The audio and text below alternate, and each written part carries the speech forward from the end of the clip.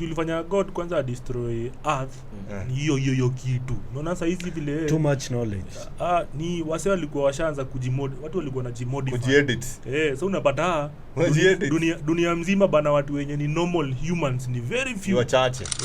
The reason why he is a concept ya a black Jesus in the cell sana is Bro. No, we are trying to here we go. There are other imaginations. For example, just like unajua, for the easiest way to explain that there is a God is West wameanza kurealize Africa tumeanza kuchangamkia crypto. So kuna kitu inaitwa Bitcoin halving. You happen in April, I think date 22. So inakuanga after 4 years. Yes. Inaendanga unaona mzungu hata akitembea village yenu hata kama amekuja kuchill. Unaonanga Yesu. Unaonanga uni bazu. Tunakujanga. The Bible said anatuambia tukirudi kwa Bible pia uangalie Genesis. You are created in the image of God. So to you, if you are created in the image of God, if you are white, your God you think will be white. If you are black, your God you think will be. And one thing with Bitcoin, another cryptocurrencies. Kuna story ile happen ya Elon Musk. Elon Musk akaambia watu nunueni Tesla na Bitcoin.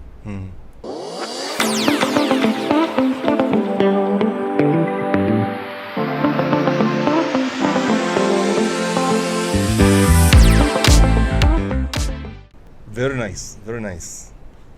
Sasa unajua unaweza kuwa Kenya wakanga. Unaweza kuwa uko hapa Kenya. You're rooting for example Palestine. Or you're rooting for Russia. But now you see your country is the friend of USA in Israel. So what would you do? Utafanya nini tuseme saizi? Saizi tuseme Katambe. Kama saizi unajua kako area kananukia. Kama saizi kusema tu kweli, kwa sababu sasa Israel walienda wakabomb wasi kadhaa, walibomb places kadhaa including Syria, including Lebanon, including embassy ya Iran. Unajua sasa Iran ni wale wasi Guzangu. Iran ni kama class 7, ule boys wa class 7 mwenye class 8 wanajuanga wafai kucheza na yeye. Ni ule wa nitafunga na wewe bro. Ni ule wako class 7 lakini anafaa kuwa form 2. Ukicheza na yeye, Iran wako sawa bro. Iran wako sawa. Sasa saa hii hiyo ndio makosa, kwa sababu as we speak Israel wamepanic. Mpaka kwa ground. Unapata wase wamejaa kwa supermarket na mamaji na manini. Wameanza kujificha huko kwa chini. Wamerealize sasa hao wenye tumechokoza si hao wenye tunachapanga daily hapa, tunawabully on a daily basis. So for a case like Kenya, kwa sababu sasa ukiangalia wase kama US na wabeshte zao wa NATO wanavuruga kama hapa, wanavuruga kila mahali, in short wanavuruga hata hapa karibu sana na sisi hapa Yemen wanavuruga, wanasumbuana sana, wanavuruga. So tuseme Katambe, Kenya is going to be used obviously as one of the business, one of the countries to use as ground. Ndege nyingi kusema kweli kuna uwezekano zitakuwa zina land kutoka Kenya kama Saudi, unajua, which makes us allies, adui wawase kama Iran, adui wawase kama Russia bro, Somali, adui wawase kama China, adui wawase kama Somalia ambao ni marafiki majirani wetu sana. Kukua adui wa China is not a good thing. Na you Russia need to think through. Uliona sijui niliona gapi last week nikaona ati spice wa America washa reveal eti siri sasa, washajua siri yenye China iko nayo. Hiyo mic lazima ushike ilikuwa kidogo ianguke. So apparently China wako na plans. Unajua plan yao ya against America ni gani? Just sit down, relax and watch America destroy their own selves. Hiyo ndio plan ya China. which would work marvelously. So far ina work. Na itawa. Bro, kama if there's one nation that is destroying itself, self-destruction, you United States. But I think tukisema mambo ya World War, san hiyo war itakuwa more of resources. Resources? No. What you mean though? What you mean? Let me explain. The reason nasema hivyo ukiangalia especially tunaitanga the scramble of Africa. Ukiangalia the reason why sai Russia, China, their main target is Africa. India. The reason na India pia kuna hii squad ilikuwa imeformiwa ya Russia, China, India, South Africa, BRICS. Brazil, BRICS. Ilikuwa imeformiwa. Walikuwa wameanza. Sasa ndio imechacha bro. Sasa si ndio imeanza kuunda. Sasa ndio imechacha. By this just get stories zake sana. Hadi wametoa do yao sasa hii. Wameachilia. So ukiangalia this war, by next year niko na brick zangu kwa mfuko mtu wangu. Mabrick. Wanapigania ni it's all about nani ako na power, ni block gani iko na power. And that's why unaona saa hii zile country Russia inapigana nazo ni za NATO, zenye wameingia NATO. So ukiangalia nao Russia na China wanafanya nini? Wanakuja Africa kutafuta allies. Nao allies wa Africa wale walikuwa wa French, Anglo, sijui what nini. Wanawatoka. So chenye wanatafuta ni apart from kutafuta hii allies, pia wanakimbilia resources. That's why unaona BRICS, their main target was to make dollar ianguke, which will succeed. Kuyangusha. Hii ilikuwa top priority. Yes. That's why unasikia that world war itakuwa so much per se of ni weapons. Itakuwa so much of ni nani akona control ya territories. Sasa si mwenye akona control ni mwenye akona weapons. Exactly. Bro. Unajua kama ukisema mambo ya weapons, sasa tungekuwa tumeisha. Juu hao wasena wako na weapons za kumaliza dunia instant. Wako nayo but sasa hatuna beef. Sasa acha ni washtue. Bro, if there's one country that is safe and not safe at the same time, it's Kenya. Acha ni Kenya ni allies wa US but pia ni allies wa China. Sasa hatuna shida pia na Russia bro, China ni allies wa everybody except countries kama India, Japan, US. Unajua China ilijajaruka ikashika Afrika mateka. Kila mtu. Bro, unaenda place kama Afghanistan wakati vita imeshika huko kamechacha. Chinese wako huko biashara mbaya. Niliona video fulani China akona hoteli Airbnb Afghanistan. Kabul. Na ulizwi sasa. Huwezi kosa kujua Mchina. Ukishaona Mchina unashajua ni Mchina. White man unaweza ona mse ni Irish lakini sasa huwezi jua mse ni wa wapi. Sasa Mchina ni Mchina tu. Naona gaishu na watu wengine. Kama mali tunaelekea inaenda kuwa noma kwa US. Unajua dola nikai inaisha. Ina crumble. Juu the rise of crypto. Crypto unajua ni decentralized. Like US hii iko decentralized. Haina center. Haina central bank. Bas. Sasa US uko na US dollar ni centralized. Like sahi dollar zikianza kuwa less wana print. Alafu hii dollar ina control economy ya every country in the world. Majority. Kila kitu we equate to US dollar. But sa crypto hata founder no one has the face of mwenye Bitcoin. Unaona? So no one knows story ya crypto. Na pia mwenye Bitcoin hawezi control. Alafu crypto uzuri wake ni anyone. Nikiwa na 1 Bitcoin in Kenya, ni the same na mse akona 1 in US. So hakuna story ya ati dollar ni powerful. So inaleta international equilibrium. Bas. So tukiacha kutumia dollar, wejua US iko pale mwisho. Sasa wase kama France walikuwa wako na franc yao, alafu pia walikuwa wametengenezea tu koloni twao tu franc twao tu ujinga. Bas sasa francophone. Usicheze na gava, sijui kama umeona hii story ya tu francophone. Gava kufunga Binance Acha hiyo ni siasa. Ni siasa but wameanza control. The reason is government zimerealize crypto zina take over. So government imeanza kuunda their own cryptocurrencies. The reason is to centralize kucentralize easy coins. But at the end of the day ukiangalia, of course hawezi succeed, but ukiangalia hizi government zingine kitambo before dollar ikwe every nini iko equated to dollar ilikuwa gold. That why sasa saa hii Russia wameanza kunini gold, China pia wameanza kutake nini kutafuta reserve ya gold, kwa sababu the moment BRICS, in short BRICS iko ni pesa yenye iko backed na resources, iko backed na gold, wanarudisha gold, sio gold pekee wanataka, but gold ni number 1, si ndio? Unajua before we started mambo ya barter trade, currencies zilikuwa backed na gold, mpaka ikafika 19 something hapo after 45 ikakuwa sasa dollar ndio the main currency yenye inaweza back. So saa hii wanataka kutoka, in short dollar inakuwa backed na military. Acha ni kucorrect hapo story ya Binance. Binance inafungwa juu West wameanza kurealize Africa tumeanza kuchangamkia crypto. So kuna kitu inaitwa Bitcoin halving. You happen in April, I think date 22. So inakuanga after 4 years. Yes. Bitcoin ina nini mining ya Bitcoin ina reduce by 2, like by half. So kama kuna, the fact is by 2040 ni 2040 ama 21, I think 2130 hakutakuwa na production ya Bitcoin. So zenye zitakuwa hizo zitakuwa zina supply. So washaona Africa tumechangamkia, wase wana own crypto. And the more tuna own, the more tunaanza kuwa iko na wao. So they are doing ni tusiasa tu chini ya maji.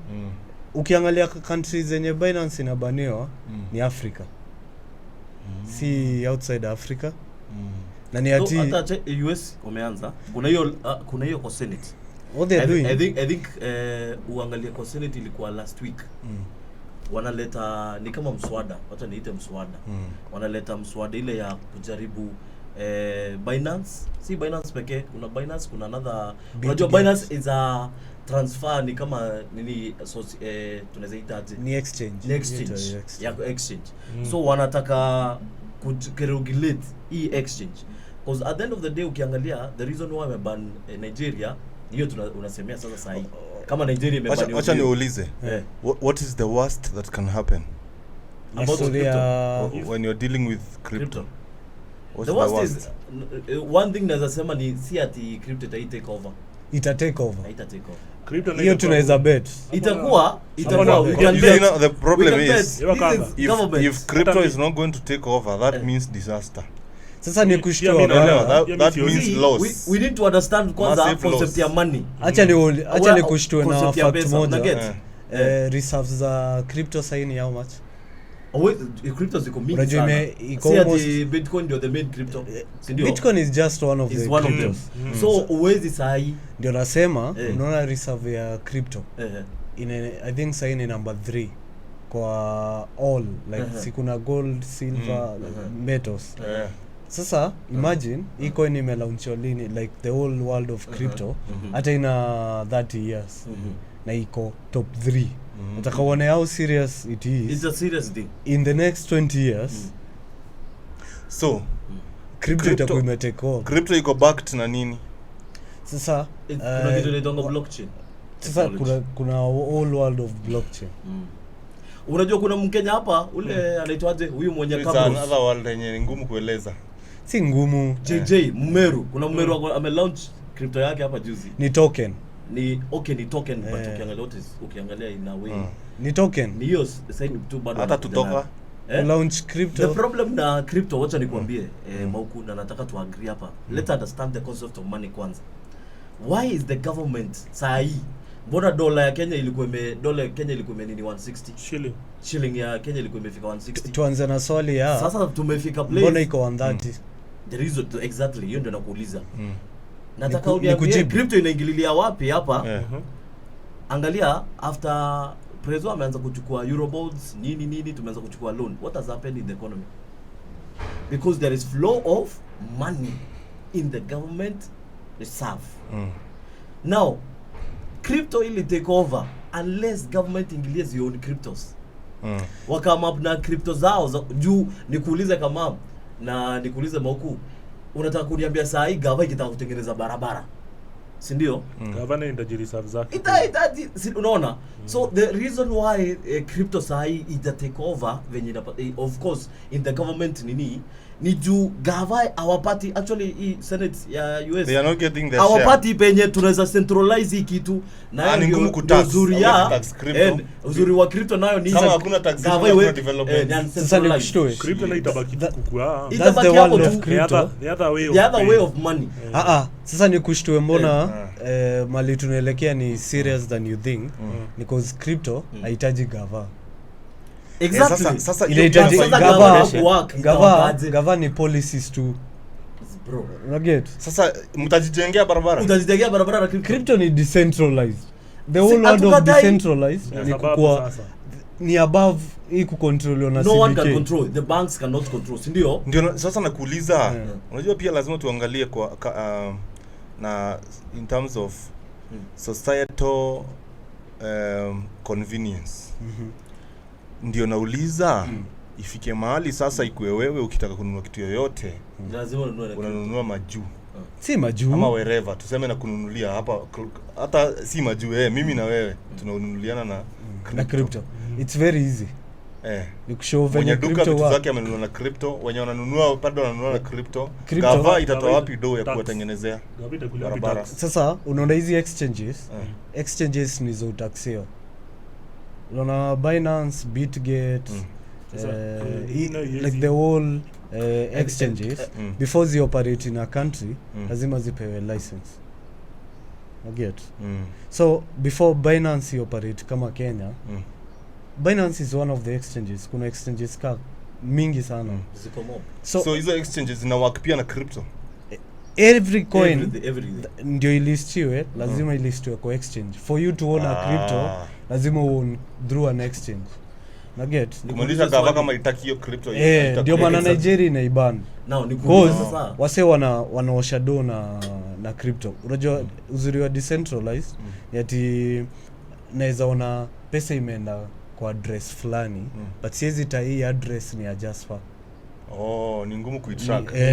So mse anaweza kutumia do tunaweza ona anywhere in the world tunaweza eka ID like yenu nayo mtapata yenu ID tuone Jasper litumia hii address this certain amount of coins but hatuwezi hii address ni ya Jasper. Jina kai exchange ama si hata kukai exchange like ni so privacy awezi decrypt hii code ujue ni ya Jasper because kuna seed phrase ni very secretive. So Binance sasa ndio gava ina tax. So ni ngumu. Binance ni nini? Binance ni exchange. Ni kama bank. Kuna Binance, kuna Paxful, Bitcoin, Ethereum, Solana, name all tokens. All coins. So Haran. Unaona the fact that sasa ni hard hivyo sasa iko so secretive, yani transaction nyinyi watu tu wametransact ndio pekee mnaweza jua vile umetransact, si ndio? Na uwezi jua nani ndio ametransact. So hiyo ndio sasa inafanya harder for the government to tax. Unaona? Of course, hiyo ndio reason. So kama gava yezi tax ni kumaanisha haina reserve yoyote. Ni kushtue. Do you know there are like 3 countries sahi zenye zina operate on crypto? I think entirely like design yenye za nikuulize on those countries ama nikuulize on those countries na gava haina noma hadi gava yenyewe inachukua payments na crypto nikuulize now if the government inachukua payment na crypto they control that bro. There is no way kuna kitu inaitwa accountability na book lazima tupate at the end of the day ukisoma budget utasoma budget ya kitu ambao uwezi lazima imetoka wapi control kama itatumika na country. The reason why there is a government na boku nakwambia hivi hizo check in hata tuseme mbali unaona hii April ikiisha the time imeisha Bitcoin itapanda chill price ya Bitcoin itapanda tunaelekea mtanikumbuka nikiwaambia hii story if uko na do na acha ni advice nyinyi watu yangu nunua hata 0.001 of Bitcoin, Ethereum waiweke. Nikinunua ya 50k sasa inaweza omoka. Why buy before having it happen? But sasa kuna cycles za crypto. the fact that sign avyo hii ni demand na supply. So next year prices zitashuka. Alafu ipande tena. So Bitcoin sahi iko, I think jana ilikuwa 60,000 USD. Napenda vile tumetoka kwa story ya vita. Tukajipata kwa Bitcoin. What is the medium? Because at the end of the day, for you to transact, it is a form of communication. The medium is the internet, right? Who are the internet providers? Because it boils down to that. For total control, for you to know who the boss is, you need to know who is in charge of the communication platforms. What happens? I think to what happens right now? No. Let me finish. What happens right now? If Russia and USA are at war and it is raining missiles in the US, first of all, these missiles are going to be aimed at the bridges and the communication towers. Centers. Exactly. That means internet will be down because Google will be hit. Sindio? And all the internet providers. The cables along the oceans are going to be bombed. Internet will be down. No satellites. Satellites will be brought down. That means kitu kama cryptocurrency haitakuwa ina function. Si crypto pekee. Okay, let me tell you one everything will not function in short. Anything that is through the internet or even radio waves. Angalia Uganda, what happened to Uganda? Uganda nani alifunga net? Stem elections. You remember? I have a friend. Actually one of the guys when alinifunza mambo Bitcoin ako UG sai anaitwa Eric. And kitu ili happen hiyo day nakumbuka after walifungiwa net. They could not access internet or find the transactions any transaction only. I thought walifungiwa websites. Ni internet yote. Net ilikatwa. Net iko down. Net ilienda down for like I think 10 days. Solar kama unatumia stima. So net yani hakuna. Hivi nakumbuka interview ya Bobby Wine alikuwa anapaswa kufanya interview live na another media hapo. Angeweza. So what happens ni the reason why naambia huku ni sawa naelewa. I own some fractions Bitcoin. Actually for you to own the BTC. Fractions kidogo hapa kwa Paxful. And one thing with Bitcoin ni another cryptocurrencies. Kuna story ile happen ya Elon Musk. Elon Musk akaambia watu nunueni Tesla na Bitcoin. Kuambia watu tununue nini Tesla na Bitcoin. Bei ya Bitcoin ikapanda. Huyo ni Elon Musk kwa Twitter. 2 years ago, 3 years ago, control na influence yake. Akasema we are not taking any more Bitcoin. Ili drop instant. Jiulize what happened Bitcoin last year hapo Bitcoin ilishuka mpaka 1.5 million Kenyan shillings. Saa hii imepanda to almost 8 million. Haijafika 80. Nasema inapanda hiyo transaction. In the next year itakuwa 10 million. What's your point? Because Bitcoin, whatever happens also happens with money. Ndio nakwambia sasa the reason with Bitcoin ni kuna hizi tunaitanga especially the big bazoos. Anaweza simama hivi aonge anything evil about Bitcoin, it affect your price. Mse mmoja tu. Mzee Elon Musk ali affect it on Twitter. Itangwa well.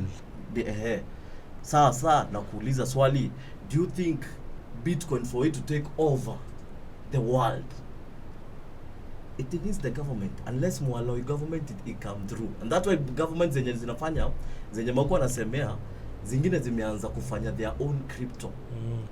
So release tukiruhusu cover yosa ni kumaanisha it's no longer blockchain. It's no longer controlled. Blockchain cannot be controlled. Haiwezi control. Hata cover ikion yatina own a coin. Unasema ukiown coin so control. Ni ati wana own alafu wana buy large quantities of the coin alafu wanaitumia. Ndio venye saka tunaweza sema for you to own for C kupeana loan tunapeana ngai in USD. So hiyo country inaamua sisi for every transactions tutakuwa tunatumia hii yetu. Hii coin yetu. So ni demand na supply. So at the end of the day hizo Bitcoin pia ndio ujue how much your Bitcoin is worth you have to convert it to money, right? No, you just compare it to fiat currency. Si lazima just compare it to what you sasa anaita money, because for you to know the value of coin, yes, why don't you aje like convert it to tunajaribu dollars. kui-evaluate sa to USD. But ingia sahi ni juu tuna compare now crypto to the modern fiat currency. Fiat ni kama USD, Kenya shilling. But sasa tunaelekea mali itakuwa medium. Itakuwa sasa ni Bitcoin ni Bitcoin. Bro, Bitcoin imefika 8 million. Nye, kwa sababu lazima kukuwa na hiyo period of transition. Even for BRICS lazima kutokuwa na period of transition. Where you convert your dollars into BRICS. Bas. So but then ukishapata BRICS, sasa BRICS ni BRICS. Exactly. So for you to know the value of Bitcoin and you know kama sahi BTC ni imefika 8 million, lazima equate into a certain currency. USDT. Unaweza compare to anything. Unaona? But hiyo anything ni currency. For you to know that value, lazima you compare na currency. Because ukitoa, the moment you remove any currency from the value, how will you know the value of that? Bitcoin as it is right now. So it's not dependable. Yes, it depends the other way of transacting. We can agree with that. Government inaran sasa. As for now, but now we are trying to study the curve. Kama so gava kama gava yezi control. There is a lot of things Moku. Don't kama yezi tumia kwa hiyo country officially. Tunajaribu kuangalia future tuone mali tutakuwa. So wewe unasema it is always going to be the alternative. No, tuangalie na vile Bitcoin iko saizi. Tuangalie Safaricom kama Bitcoin iko. Tuseme Safaricom ili wewe ununue credit lazima utumie BTC. Sio kama unajua kuna hotel pale West unaweza lipa na Bitcoin. Ay bro, last week hadi kuna video trending msali baingi mahindi. Mahindi na Bitcoin. Ziko, unaenda tu una scan. Una scan tu na nini hivi. Mahindi so, hiyo video hadi trending. Sijui kama let me ask you something, si huyu msali alinunua mahindi? Wewe msali umeia kwa mbele hivyo. Haya, nikuulize. So ni kama bado kuna hoteli ya kuiconvert to. Nikuulize swali, umse hoteli mwenye kwa hapo ST analipa na Bitcoin, si ndio? At the end of the day analipa tax. Ndakuuliza atalipa tax. Atanunua license ya Kanjo, si ndio? Kanjo anachukua BTC. So even if the Bitcoin itakam ku take over, unless government agree, that's why there are companies in Japan last year, had a client mwenye anaimport gari from Japan. Ulikuwa ukinunua gari na BTC wanakupea 30% discount. But ilifika place Japan government ikaanza kudinda, wakaacha transactions za BTC.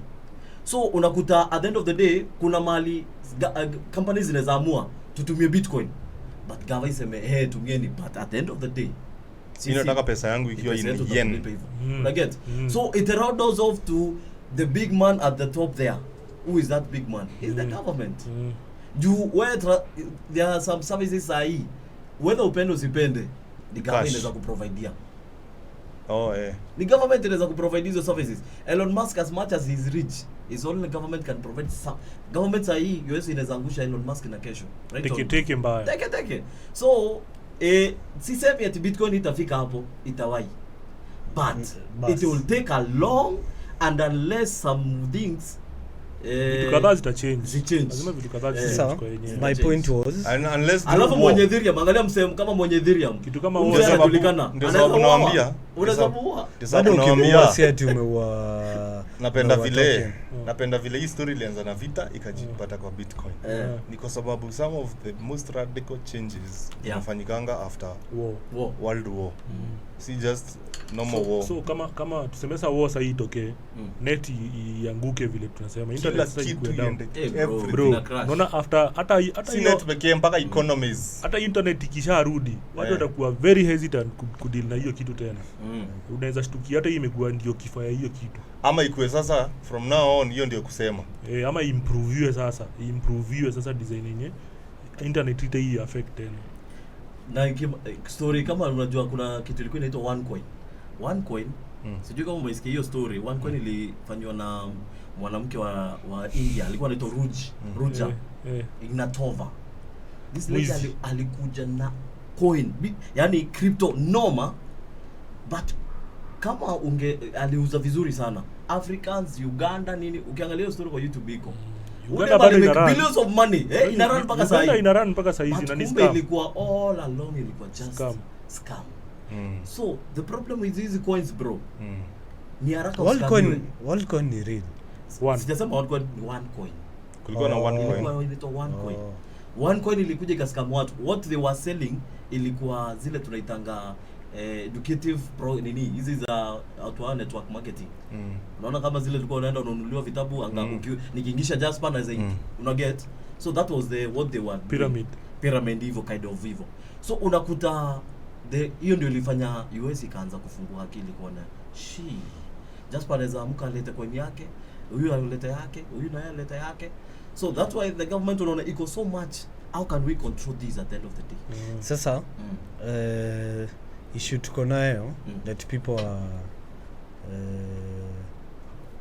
watu hawapendi knowledge. Yeah. Unaona saa world ya crypto for you to usipatwe na hizo scams unahitaji knowledge. Coin ndio ikuje ifikie hadi hapo place wase wanaskamio. Coin ulistiwa. Kuna kitu huitwa white paper. White paper ni like who are the owners, ni wangapi wameinvest. Hiyo information it's just free to the public. But sasa no one reads. Okay. So coin ikilistiwa kwa exchange, exchange sana kama Binance. As the exchange ina taking time kuangalia all the white paper. Wakiona ni it looks like legit wanailist. Though kuna exchanges zenye ulist anything. So ikisha listiwa, you as mwenye unataka kuown crypto, it's up to you. We study. But sasa negligence ndio ina to cost. Unasikia wase wanabuy, unabuy. But guys, did you know that scientists ama researchers si wote, unaona si wote wenye ufanyanga hizo research zote nini wote researchers proven that 99% of them agrees with the sponsors nini 99% wote who agree na kenye sponsor wao anataka. Unaona? Science. You are trying to madaktari, hata madaktari. Unaona msemenya na mfund. Sasa wewe usikii kenye anasema hiyo ndio iko correct. Sasa unaona kama hiyo huyo mama huyo. Bro, alifanywa check up zote by the way. Zote. Na akaapproviwa akaingiza Bulgaria. Ndio ikaingia kuanza kushukiwa kidogo pesa imeingia in billions. I'm talking billions kadisappear. Alienda actually almost $10 billion. Mpaka saa hii hajaipatikana. Alienda akapiga mpaka plastic surgery akabai yacht. Sasa unajua ukijificha every country bado unaweza patikana. Yeye alibai yacht akaingia kwa sea. Akaingia huko wewe. You know find me if you can. The reason why naambia nani you know the reason why unaona hizi vitu as much as tunasema knowledge is good, it's good. Una change hadi sura. Unaona? Ukiangalia kama huyo Jumi nilienda nikaketi chini nikasikiza hiyo documentary. Bro ile plan alikuwa amekam nayo. Hata hiyo white paper alikuwa na required details. Documents zilikuwa mpaka anaeleza hiyo blockchain yake na unaona yenyewe hii kitu ni legit inaweza work. Because mpaka sasa ina run. Makiu mpaka sasa ina run. One point si wako na ofisi huko Uganda ina run. But ukiangalia all along ni the reason why unaona gava inarudi kusema hatuwezi control watu but tunahitaji control watu. Kwa sasa wewe ndio umeenda kuchukua pesa yako kanunua hiki kitu. Na get so gava inafanya nini? Inafika place inaona hapana, just una mislead watu. Wanakuambia sasa lazima control tuweke mtu hapo. So huyu unajua alishika kwa nini? Kuja na technology moja. Ambayo imefanyika within a very short time. Kwa sababu inasemekana ile technology yenye ime come up within the past 50 years ni unimaginable. So ni vitu ambazo ni internet in short. The question inafaa kusumbua ni what of the next 50? The next 50 years nini ita happen? Kwa sababu sasa history yote inaletwa na internet bro. Whoever brought internet might have brought it to control people. But it is working against them. And it's controlling. And the technology is already here. Hata dunia nzima ikiisha saa hii bado hata dunia ikiisha kabisa ubakishe wase wenye hawana form kabisa hata wajielewa jaisoma wanajua kuna kitu kama internet. Sasa bro nikwambie Unaona wewe sasa hizi unajua kuna skyscrapers, kuna ndege, kuna meli, kuna si unajua hizo vitu zote ziko stima. Naona dunia sasa hizi ikajaisha. Tubaki vile tuko hapa kwa hii room peke yake. Bado tutarudi Stone Age bro. Juu hawa hujui kuunda meli.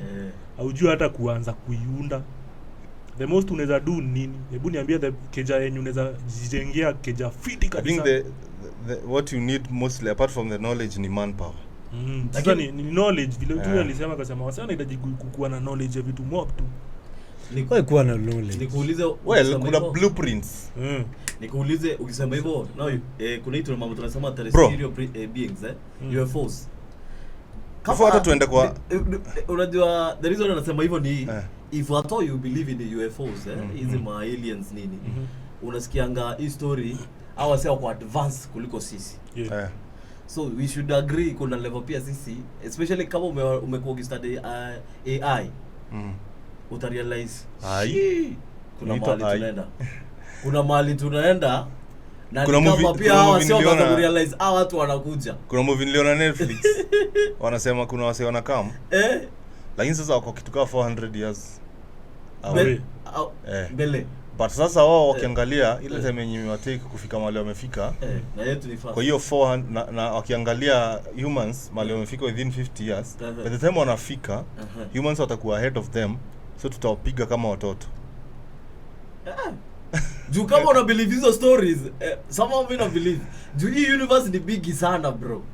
Sasa wanatubia off from the, what we need to be talking about. Bro, let's talk about artificial intelligence and what is about to happen. Wacha nikwambia the worst thing that is about to happen. Now that we have been talking about war and we've been imagining things. Me I remember that nikianza comedy kuna joke nishaiunda na sijui kama niliichapa ya mali mimba itafika. Unajua saizi ndio mpate mtoi si lazima mlale pamoja.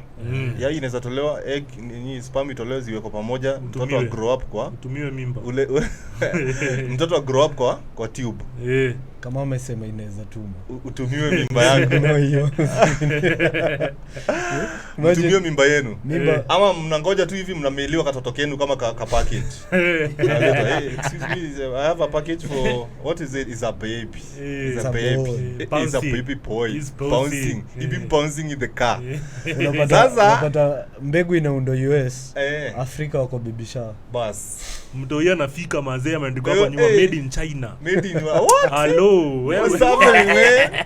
Na kama customize mtu wangu ametengeneza kwa cool. Ulisema Calebron. Unataka Calebron wapewa kwa kitu kenye kako sawa. So hiyo pia inakam. Kuna pia sasa gene editing. Inakam sasa design yenye unaweza edit mtoto wako kulingana na venye unataka akue. Hiyo nywele sipendi. Hiyo inakam. Hiyo ni kumaanisha kutokuwa na superhumans in short. But sasa before hiyo technology kama hiyo ya niliunda joke kama hiyo alafu nikaiona later on kumbe ni kitu possible inaenda ku happen whereby mimba yenu sasa kale ka test tube wala kakuwa kama tulia somewhere kwa hospitali kanaweza tulia kwenu home. So kazi yenu ni kukafeed tu na supplements. Supplements ana subscriptions zinaitwaje? Daktari ndiye atasema wewe utaambiwa zenye unahitaji kumfeed. Utakuwa una buy kwa chemist. Una feed tu ni kama feed fish kwa aquarium. So mtakuwa na feed for 9 months. Mna nini kama mayai. Unasema sasa hakuna haja ya cause sasa story yako mali inaelekea. Unaelekea kusema hakuna haja ya madem. Hakuna haja ya madem, hakuna haja ya maboy. Hakuna haja ni ati bora muagree. Yako ndio inatakikana na spam ya huyu ndio zinataka. Hiyo sasa mmependana kabisa. Hata mhitaji. Ndio sasa uguze huyo dema hata unahitaji consent. Au feel sasa ikifika hapo dunia itaisha. Itamalizwa na nini? Bro, kuna mali kuna documentary fulani iliwachingi. unajua watu wanasema pia na watching vitu hazikai sasa walikuwa wasema hii time ya Noah hii time ya kumbuka Noah Zak kitu ilifanya God kwanza destroy earth ni hiyo kitu unaona sasa hizi vile too much knowledge ni wase walikuwa washaanza watu walikuwa na jimodify kujiedit so unapata dunia mzima bana watu wenye ni normal humans ni very few wachache sasa kuna kingine kimejiunda kimekuwa kigiant mwingine nataka miguu za farasi mwingine uko na miguu za farasi mwingine ni wa pink wait ushajaribu mahali God akasema this is too much this is not what I mean imagine mwenye David Goliath ushajaribu uende tu usome hizo figures zimeandikwa hapo ujaribu kuimagine na giants apparently ni kama wameisha juzi walikuwa so hadi Russia niliona Russia ilikuwa na army ilikuwa na kitengo fulani ya army ya giants hiyo ni lini niliona gapi nimeona picha leo hata so hapo hivyo kamanda hapo kwa mimba sasa kamimba kako utakuwa unatembea nako ukitaka sasa hapo hata mnaweza anza kuvurugana na wife nani anatembea na mimba leo na si I think US kuna already hiyo nini mama wenye wataki kubeba mimba wana surrogate achana surrogate ni ile mtu mwingine kubeba hiyo kuna hiyo sasa tube babies hiyo ilikuwa tulifundishwa tangu tukiwa primary so hiyo imekuwa sasa mimi nasemea mobile unaona kama hii speaker sasa katakuwa design yenye kametengenezwa kuna shock systems design yenye hata ukikasheki hivi ni kama tu mtoto wa comfortable ni kama unatembea tu akiwa kwa tumbo kwa tufu so of course kakona power system na unakabebea power bank sikivyo jamii imefikiria mbali so ili hizo spam zingi hapo ni unapatio unanyongea huko ndani mwingine hizo pia hapana wakanga pia hii inaweza waki hivyo of course ni kunyonga ndio basi ati tunaongea kwa hiyo mkebe let me ask you wewe maafi ni okay turudi biology sperm for them to get your sperm ikitoka nje imekufa right si lazima ikufe saa hiyo naweza preserve si ndio sababu wanaweza chukua sperm na nini wanazimit ni ati inachukulianga hivi literally siona bulu kwenu zikikuja veterinary hapana veterinary akikuja kwenu kudini ng'ombe unachio zile sperm kutoka wapi zitoka wapi kile kitu kiko kalamos unaget so na imagine kama mtu amebeba kitu kama hapa Jasper kwenye wasema cheki kanga na enjoy hii juu ni uchafu tu hapana turahisishe mambo faster niambia tonge uchafu si nika bag si wewe jiweke weka yako na mimi niweke yangu katoto kaanza kugrow sasa sio of course but sasa sio hivyo lazima wapick sperm moja ni laboratory ni kazi ya lab si ati unanyongea kwa mkebe mafi alafu wakanga kunapata maelezo ya editing gene editing sasa kama kuna kitu inaniogopesha ni hiyo hata ni mbaya hiyo ni mbaya unaweza imagine uchukue ndevu za recross hapo hivyo utakuwa unatengeneza human venye akili ya hivi Einstein hapana hapo tuko na DNA chukua ya Elon Musk sio za humans pekee watu watakuoneka sasa ndio hiyo nasema una combine tu na hiyo mpaka sasa ya kamili sasa unaweza sasa hata camouflage sasa aiwe hapana I think tukifika hapo ndio sasa Mungu anarudisha pale mapigo tu DNA kidogo hivi ka leopard unapata sasa uko na ngozi ya leopard toka mtoto uko na dread ya simba kidogo uko na mane kidogo kiko hapa ikifika hapo dunia inaisha ikifika hapo no unaweza toa giant yako mguu ya left ya Messi ya right ya Ronaldo hapo ni Messi Roro cheki mimi nikitumia kadem aga ya Versidika iko nini una sexualize mtoto wako ni wako kafoe ndichukua ka unataka mtoto akwe wa streets huyo ni wa streets mwenye unaunda wewe ni wa streets umeamua kuundia streets na mwenye anaongea kama Kibaki but sasa unajua umeongea story ya mguu ya Messi inaitwa CRISPR CRISPR is gene editing before tufike kwa CRISPR sasa na ndio sasa shetani atokeze sasa vizuri na CRISPR kuna shetani wa AI sasa anakam wacha nikwambie shetani wa AI mali anafika apart from impersonating apart from the fact that in the next like 2 3 4 5 10 maximum years utakuwa unaona kamanda hivi kwa TV anaongea na Kwangwati. Huwezi jitoa kamanda Kwangwati ameipepeta mbaya. Unajaribu kuambia manzi sio mimi huyo manzi. Si mimi. Siwezi uza mwili. Tushakupiga Wameru wamekupiga kabla wajue. Siwezi uza mwili. Open the door. Open the door. Just open the door. Open the door. It is I. Bro, sasa tumekuona ni wewe. Ona ukifika kwa kijiji ushaona vile MP utolo nje ya ile gate ya parliament. Unajaribu kuambia ni AI. Just open the door. Yeah, una imagine kueleza Wameru, AI akuru AI bana. AI. Unikinya nte aragio. Siongeangi hata. Mimi angalia mimi hata sichapangi na hiyo pande. Muulize Shiko kwa mse wa left.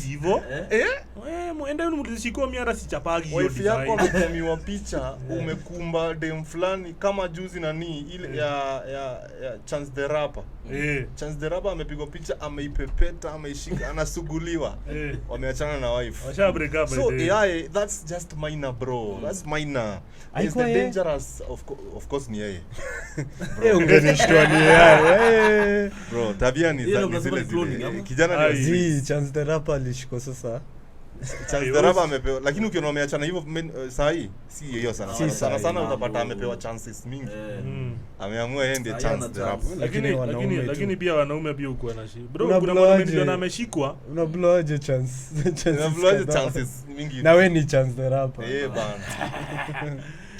Wacha niwaambie mahali inaenda mbaya.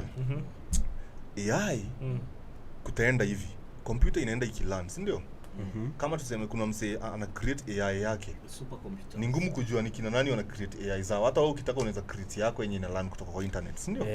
Bora uipe information i learn. Bora unaifeed kama saizi ni yangu unaweza connect na ChatGPT, unaweza connect na Google. Kumaanisha ukiuliza kitu yoyote itakwambia ya leo. Depending na vitu tunafanyika leo. That means inaji-update. Alafu pia utapata aina limit ya kulearn. Kwa nini? Kwa sababu ikiingia inaweza override sasa kwa sababu iko na information ya ku-override. Inajua ku-override. Una get? Kama ishajua ku-override hata kama umeniambia si override, si inaweza override ikitaka ku-override. Sasa mbona isi override? Haya, ikishapita hapo sasa ni kumaanisha itaingia kwa system za factory. Unaona factory kama ile ya kutengeneza magari. Zile unaona magari za Tesla zinatengenezwa automatically. So zitaingia huko hivyo. Badala ya kutengeneza magari zitatengeneza kifaru. Ziko huko ama badala ya kutengeneza drone itatengeneza drone yenye iko na weapon. Sasa ziko unapata unaona so hii drone si hata yenye imemountiwa na gun, ni ati imetengenezwa kutoka kwa factory, ni drone na ni gun. Akishafanya hivyo itatengeneza drone kama hizo milioni 2. Unaona my biggest fear sahi, itatengeneza lori ambayo inaweza enda mpaka kwa mitaro kutafuta iron kumine. Unanipata? Itatengeneza ndege ambayo itakuja kama ni Afrika, Congo, kutafuta hizo resources. Hiyo ndege itafika na hizo malori, zinajidrive zenyewe. Bro, by this time ya ndio kusema. Unasema inakuja ina mine, inatengeneza factory hapo, ina create pistol yenye imekelewa kwa drone, ina shoot wase kulingana na wenyewe hapo. Bro, hatujafika hapo bado. Bro, tumefika. Kama bro, tumefika. Unaona the biggest fear ni kila country haijafichua. Wewe sijui kama uliona umerealize vita iko US na China sahi. Hata si vita mingi, ni information. US haitaki China wajue to what extent. Kuna pata wataki wajue. China wako mbali saa hii. China wako mbali design hiyo. Bro, China sasa wanaweza achilia tu inzi tu robots. Alafu wako sawa mass production. Wao kama mko na kifaa moja wako na 20.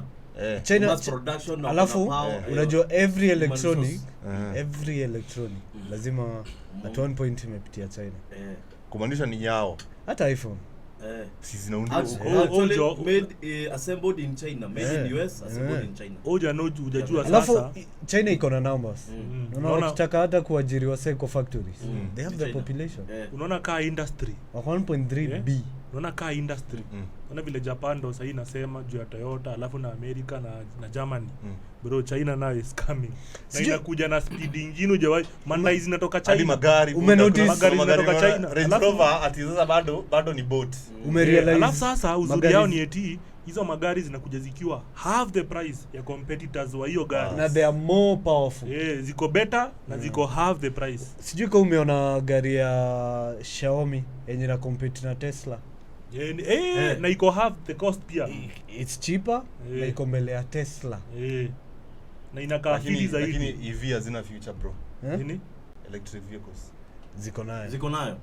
Unless we come up with a way of storing like 5 times more power in the batteries. Ndio tumeanza. Ngoja itafika hapo tu bado. I think kwenye tuko saa hii. By the way tuna move kwa sababu kama saa hizi tumetoka kwa lithium tunaenda kwa nyingine hapo sikumbuki venye nito. Hata si unaona magari za gas ziko Kenya bado. Gas ya kupika. Hiyo sasa ni bado kama petroli tu. Kama petroli tu. Okay, ukiangalia hapo story ya AI mwenye alicreate ChatGPT, Elon Musk na Sam Altman. Sijui kama ulisikia both wakiinterview walisemaje if kuna kitu inawashtua saa hii AI. Mpaka Elon Musk alisema this is a very dangerous thing we have created. And that's why there was a conference ya au pia the government wanaweza regulate hiyo ya AI. Kwa sasa imefika place kuna machine fulani ilikuwa imekodiwa yonge in Bangladesh.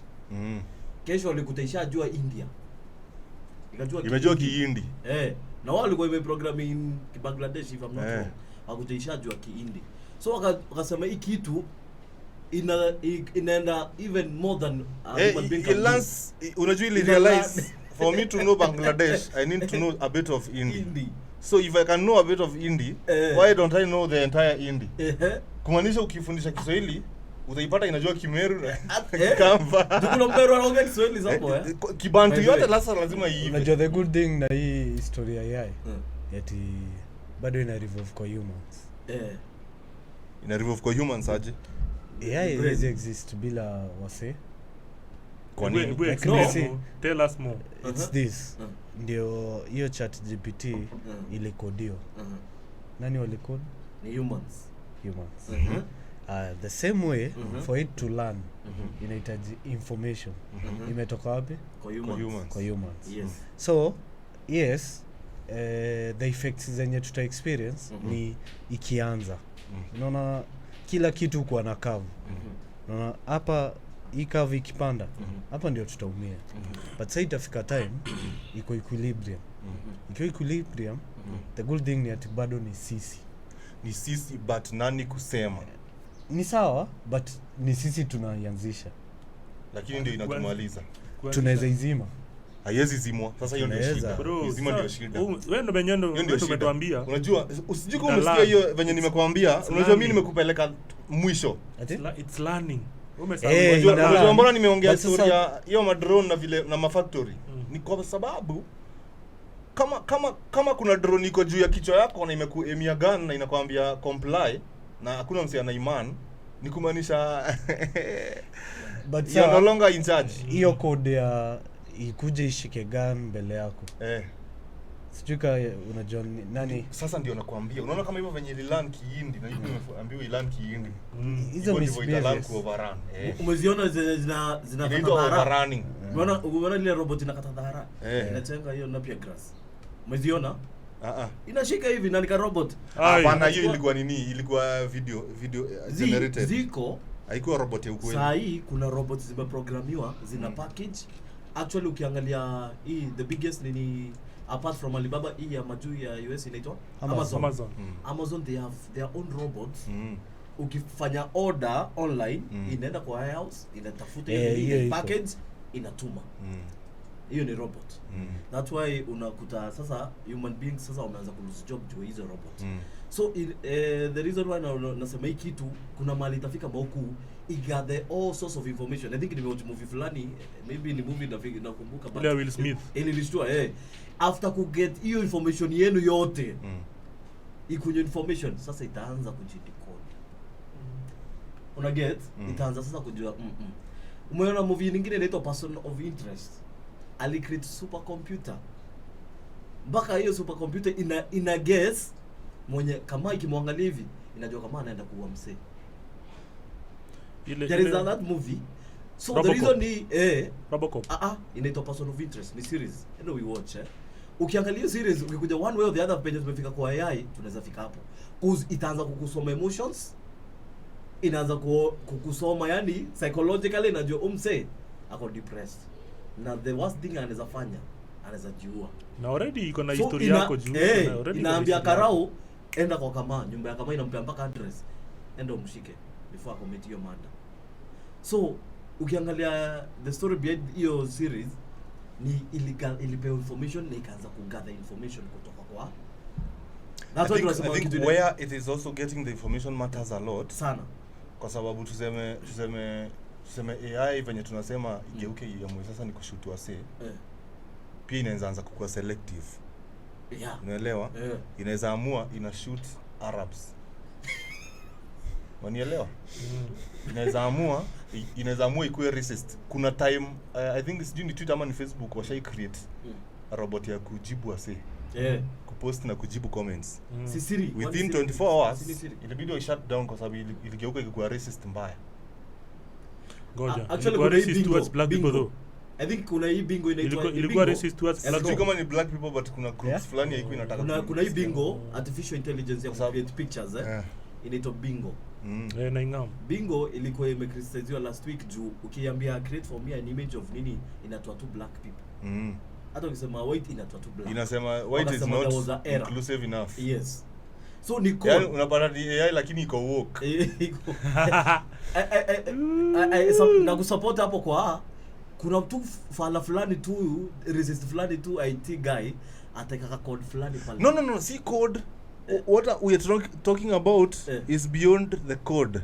We are talking about overrunning the codes. I think when Mogu sasa alisema one way or the other they will need human beings. Sasa ndio nakwambia. Before they need the human beings, wameua wangapi? Imeua wangapi? Kwa nini ataiambia hii ni mbaya na hii ni correct? Exactly. Kwa sababu sasa imeoverrun from all this information, imeanza kuimagine inajua right and wrong. Unaelewa? Imeanza kuimagine what is required in the world. We need to bring unaona sasa itaanza kufikiria hivyo. Itaanza kufikiria kama God. So that means kama ukilita hivi karatasi unapigwa risasi ujui imetoka wapi. It does what it wants. Inaamua ita clear mtu yeyote mwenye anakaa barbaric. Itatuua si wote. Kumbuka mse mwenye anakaa barbaric ni kulingana na mahali imegather information. Imagine imegather information wapi? Mostly western countries. Ni kina nani barbaric according to people in the west? Wewe na babako Africans. Na babako. Ndio mtakula risasi za kwanza. Sheesh. Lakini acha tukaenda hivyo. Acha iendelee juu. Hakuna kitu tunaweza do. Ikuwe ni smart zaidi hapo, iangalie tu ione ijue ukweli, ambapo ni ngumu sana kwa sababu inafikiria kulingana na information yenye imegather. That's the problem. Sasa unaona hiyo point ya mwisho? Umejicontradict yote. Inafikiria kulingana na information yenye imegather. Mimi naona tu so I make decision on its own. Si ulikushasema itafika mahali sasa overrun. Unaona hiyo ishajua enough design ya kuamua nilifidiwa hivi na hivi na hivi na hivi. Sasa hapo ndio shida iko, controversy iko hapo kwa what is enough. Sasa information is never enough. What is the breaking point? Kwa sababu ikibreakia hapa inaweza amua kuwa wase specific. Inadhani imefikiria kabisa kumbe hajafikiria. That's why Elon Musk alisema hii kitu wao wenyewe hawezi predict kwenye inaenda cause ina what to do every day wanaamka wanakutegemea what to do. So na kuna mali inaweza fika you are block out. Unaona? Kuna mali inaweza fika cheki wewe unataka kutumaliza. It's the intelligence level may grow human beings. So I think ni tukue tu careful. But one way or the other a man kuna this thing inasemanga man will destroy himself with his own wisdom. Unaona? So you see one way or the other I think hiyo tunasemanga Armageddon war ni sisi wenyewe tutajiua. Umesema hatuwezi lenga hii maneno. Hatuwezi lenga bro. Haya, inasemekana World War 4 itapiganwa na sticks. Tena. Yo. Stone Age. Umesema Tunapigana na mawe na vijiti. Haya. Sasa wakanga. Yes. Sasa ndio unasikia vile tunasema tu vitu zingine huwezi control tu. Dunia ina grow, mambo inabadilika. Sana. Bro, Ujerumani ama Jamani. Jamani mazao sha legalize. Wame legalize. Jamani wame legalize bro. But niliona wameka restriction ya how many grams? 25 grams. 25 grams. Unaweza so ni enough to lead someone. Ni enough. Bro, unajua 25 grams ni ngapi wewe? Jibag na jag. Bro. Na bila unapenda pombe by the way unapenda jag mbaya. Jamani is the place where you get jag. Nasema hii ngoma itahit. Jibag na jag jamani. Jag huko mzee. Walai. Sasa we ni vile hebu nichapie. Okay, for me na feeling unaona ile point niliwaambia ya knowledge. Na feel ni kama the whites specifically whites, acha ni whites.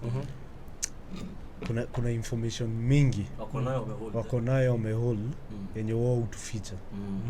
Na sijui kama uliona ku divert kidogo. Sijui kama uliona last week but one yenye Putin I reveal alifungua nini? Vault. Ya story ya Black Jesus. Information ilikuwa to do with Imagine, Israel. Say, do you know how much information iko Vatican? Na Vatican ni a holy ni country ama ni institution. It's a country. Ni country, It's a country and the smallest country. An institution. But kuna vitabu hata ukue kadho, hata ukue priest, hawezi soma. Actually inasemekana you only read it ukiwa pop. Inasemekana wakirelease hizo vitabu kadho ya mwe ile library yao yuko chini wa release hawezi kuwa Mkristo. Imagine. So kuna vitu tasema cause story ya weed. Ukiangalia 100 years ago ilikuwa legal. Alafu si miaka tumezaliwa hapa ikakuwa illegal. Saa hii wanaifanya legal. Mbona hii cycle like? Lakini pia unafaa ujiulize sasa obviously kitu kama ngwai ni kitu imekuwa ikichomwa especially Africa. Ukiangalia watu kama Waluya wanaipiga kwa vyema. Waluya wanaipiga vyema mpaka ukiona bangi imefika mahali wanapea hadi kuku na ng'ombe ndio zipigane. Kumaanisha it's part of the culture. Mbaya. Wahindi wamekuwa nayo huko Himalayan mountains forever. Pale nini. Hata ile food wao kula unaitaboa. Ethiopia inajulikananga. Ukiwaisikia hiki ni kia Ethiopia. Unajuanga tu hiki ni kirachi. Haile Selassie. Kinaitwa kifore. Unaelewa? Sasa hiyo ni unafaa pia ujiulize. Mbona dunia ili develop haraka hivyo after bank ilibaniwa? Mbona sasa ndio tunajua mambo ya computer na internet na radio frequencies? Umesema ilikuwa inaharibu. Nikumaanisha watu walikuwa wamechill tu wamerelax. Tulikuwa tunaishi kama Neanderthals. Kama tumerelax hatufikirii sana so you're trying to say tumerelax. In the next let's say most of the countries in the west were legalized. So rajaribu kusema inventions inaenda kushuka. Zitadwindle. Lakini sasa conflict pia zitadwindle kwa sababu sasa kwai na vita hazipelekanagi. Mkichoma mnaambiana proba tunapigania nini? So basi nikumaanisha Afrika basi tunaenda kuinuka because most of the countries zenye zimebaki ikiwa illegal ni Africa. Africa ni South Africa pekee ndio illegal. So hata Rwanda wameka but medicinal kind of. UG wanafanya if I'm not wrong for economy. UG kuna wase wenye kwa license kuilima lakini kuitumia ni issue. So but pia kupata hiyo license UG nilikuja kurealize ni kama wakulima ni mabazu. Ni wale mabazu wanne si wengi. I don't know kama mko mnajua the story behind there is this story na kuanga told every time the reason why bang ilikuwa illegal in America. It was back in the days around 1940s hapo, 1930s hapo. Kuna country kwa hapo chini inaitwa Mexico na Cuba. Na Cuba hapo. So apparently ikakuwa Mexico sio wameomoka juu ya bangi mbaya. So hii drug ikaanza kuingilia side ya Miami. So FBI pale wanashindwa, kuna watu wanakuja hapa wameiko hapa na wanakuja na kifaa na ikiingia unajua hiyo ndo time sasa muziki ilikuwa inashika pale kuna Mexicans, brown and black people were actually there is a county so killing it. So black people loved it sana. Alafu sasa walikuwa wanaichapa, wanapiga muziki design wasewa hajasikia tena, wanakuwa super hyped. So ikaenda hivyo mpaka ikafika mahali mademu wa white Caucasian ladies wanakuja pia wao wanachapa kidogo wanapea diggers, ina lead to wao kufanya maneno na black people. Walikuwa wana have sex bwana. Ilikuwa inafanya wana have sex na black people na Mexican. So hiyo ndio ilichangia kwanza sana. Actually sasa hapo ndio CDC, there is this nini inaitwa CDC. All do control mambo ya drugs nini na in America. Hiyo ndio ilichangia sana. So wakaenda wakafanya research. Akajua hiki kitu ina contain nini. So the story behind it, kanyoni mtu inaitangwa kwa kizungu. Kanyoni mtu. The bird that knows. Yes. Leo body. Lil body. Ikasema wazungu wa realize hii kitu haina ubaya. Kala ka element kako huko tu kanawafanya tu wako super high. But sasa tukikata control drug. Kumbuka the main work of the government is to control. So wakasema for us to control, now how to blacks what take control ya hii area. Ni ngumu kucontrol. Wacha tuanze kusema ni illegal population ambayo inavuta bangi yote. So ikabidi CDC wakasema hii kitu ni illegal. But now come back to Julize. How comes it is medicinal? Sasa bro, mimi nilijua hii kitu pia lazima we have to tread carefully. Number one, anything can be abused. As long as I don't even food. Mimi hata niliwachana nakio tukiambiana ukweli. Okay. Kwa sababu ni realize I have to understand how it works. Hata mimi sijakipiga. I understood how it works, how my mind works. My mind is slow. I'm not mimi si msame fast. Unaelewa? I'm already slow. Nilijikubali. Mimi I'm brilliant yes but I'm slow. Nikikipiga na kuwa slower. Unaelewa? It's not for me. So I'm more productive now. As a parent. So pia kama mzazi. Lakini pia I have seen documentaries whereby for example mtoto unapata ako na epilepsy anapatiwa ka drop kamoja hivi hata nusu ya ka drop ya CBD. CBD sasa ni among the nini zinapatikana kwa ngwai. Mto hii alikuwa anapata seizure kama 20 kwa siku, zinashuka all the way to like 2 or 3 seizures. Wewe ni kumaanisha huyo mtoto amepona ama hajapona na kukuwa na dawa nyingine kabisa dunia mzima. Hata sasa hiyo ndio dawa. Unapata sasa msee kama wa cancer inamuimprove significantly. Sasa pia tunafaa basi tuangalie vitu kama hizo kusema ukweli. Hatuwezi endelea. Hatuwezi sema tuko 2024, technology imefika hapo mahali imefika, tuko na AI na hizo vitu zote. Na hatutaki kuangalia kitu simple kama hiyo. So, lakini kweli vile huyu amesema hiyo story ya kwa nini hiyo timing ilikuwa hapo. Hadi wakati tu Putin ameachilia hiyo information ya Black Jesus na nini Black Bible nini ndio Germany wana choose. Let's legalize it. Guys, pangi. Kuna kitu the biggest export ni information, media. So mimi niliona hiyo story ya Germany ni kama ilikuwa wasewa iongelele. Hii ya Jesus hii overshadow hiyo story. Siko umerealize vile imefanywa ikakaa na issue bas. Lakini ilikuwa information kubwa. Trust me, haijafika compare. The reason why people I think I know why. Remember vile hajasoma kwa media. Kumbuka religion media ni za nani? Media ndizo pekee hazijapasi hiyo information. Otherwise msee yote mwenye ako na simu. Hiyo story imefika. Msee yote mwenye ako na simu.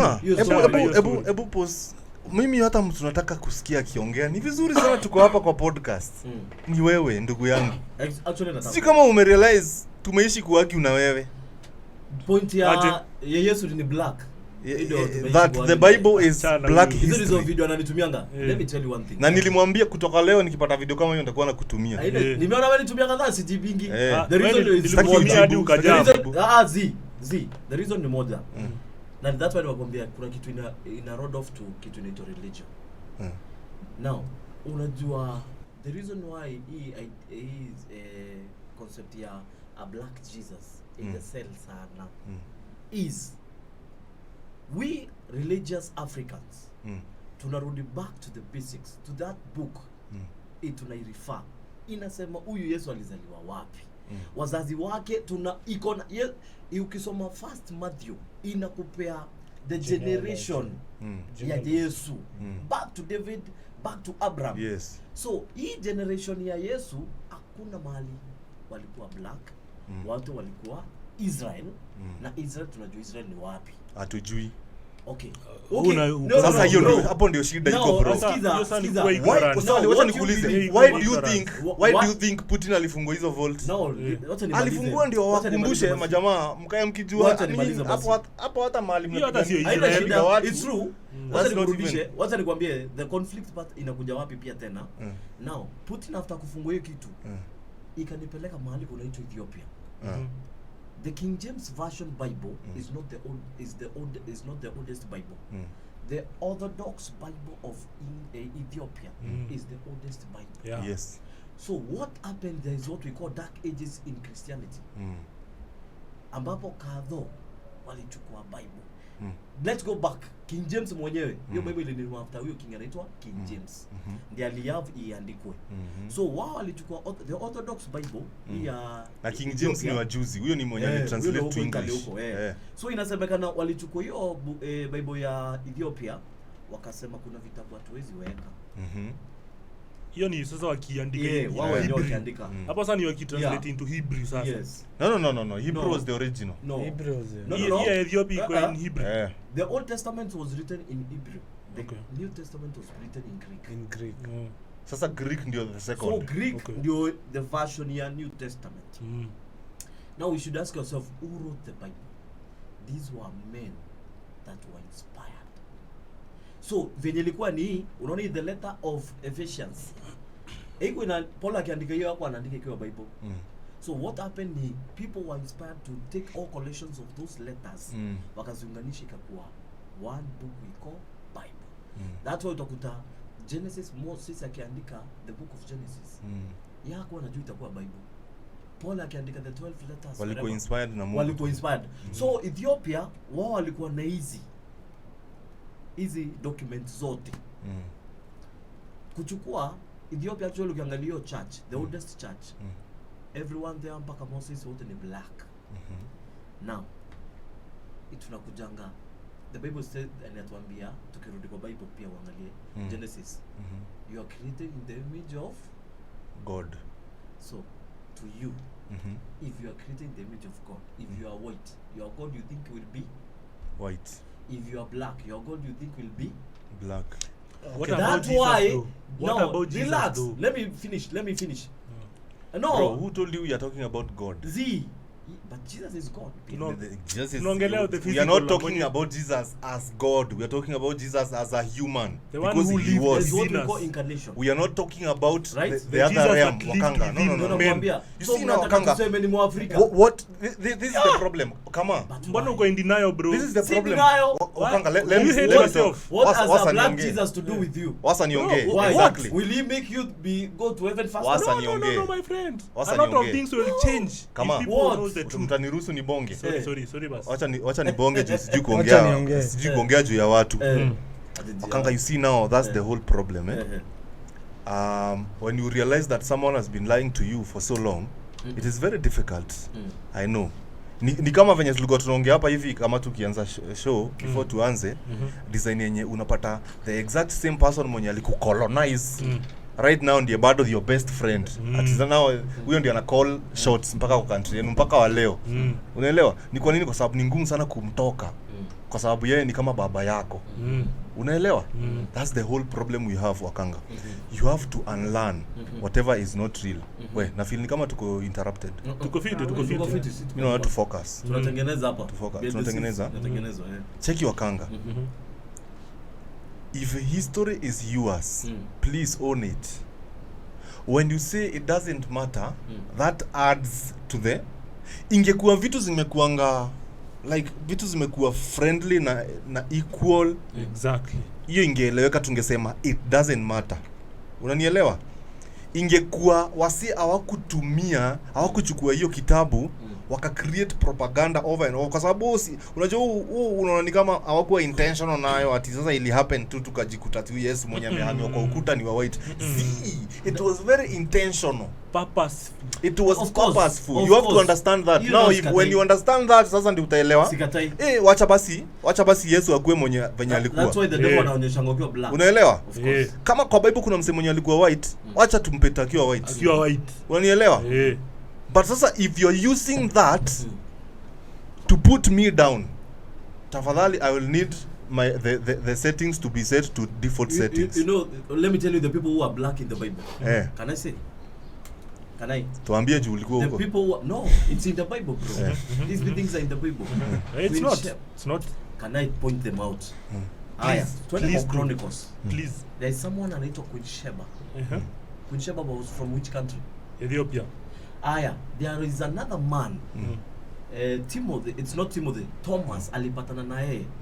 The eunuch from Ethiopia. Those are the two people tunaambiwa in the Bible were from Ethiopia. Now, ukikuja to the theological part of the Bible, utakuja ku understand Bible inakwambia these people were from this area, this one was from this area. That's why we know Israelites were in Egypt. Egypt is in Africa. Unaget? But they went back to Canaan land. Canaan iko wapi? Exactly. That's the question. Hiyo ndio najiuliza. Because tukirudi hapo the genesis of Israel iko wapi wakanga? Tukirudi hiyo itasota lot. Israel iko wapi? Wacha nimalizie. Unaona pale Palestine iko. In the even Palestine actually wachenye wanapigana na Israel. Is hapo ndio Israel ilikuwa. Ethiopia ni wapi? Ethiopia ni hapa penye iko. Sasa wewe unadhani Ethiopia iko hapo? Unajua hizo borders zimechorwa lini? Okay, for me chenye nasema bro, mpaka Kenya ni Ethiopia. Bro, you need to go and do your research. Unafaa uende uangalie, enda utafute. Bro, but you are ignorant. What does uko ignorant. Let me ask you a question. Bro, Ethiopia ni karibu Afrika mzima. Ethiopia inarudia huku Kongo. Except Yesu ni Mwafrika, right? Does it change my belief about Jesus? It doesn't. No. It doesn't. So why should I know he's black or white? Or we are not talking about your belief. No. We are talking about your oppression. You see now, you don't see it. You're not oppressed. You're not That's oppressed. The problem. You Why? don't think you're oppressed. Why? Bro, that's your problem. How much money do you make? How much money do you make? Black ego ya. No, it's not about kwani tuna si ndio sababu nataka kuonesha how you oppressed, my friend. With what? Right. Bro, unaona ingekuwa huko oppressed. Kama una making 100,000 saa hizi na hiyo job yenyu una doing the exact job yenyu una doing. Nikuulize Niger una make 2 million. Niger mbona wame kick out France? Were they oppressed? No, turudi kwa story. Ama ni ujinga wako na ama it doesn't matter. Tunasema Black Jesus.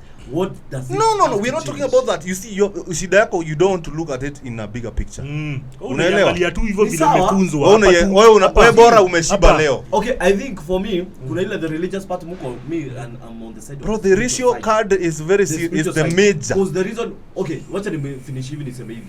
For me, the reason why nasema it's a distraction to them. It's not a distraction, Wakanga. Jesus. Wakanga, you have to understand this racism. Let me finish because you have to understand. These are things that will get to people. Please, let's understand the basis of this, all these things. If Yesu is black, then it well. White people, you carried us, mulitubeba, which is okay, but can it change my spiritual side Wakanga concept of Jesus?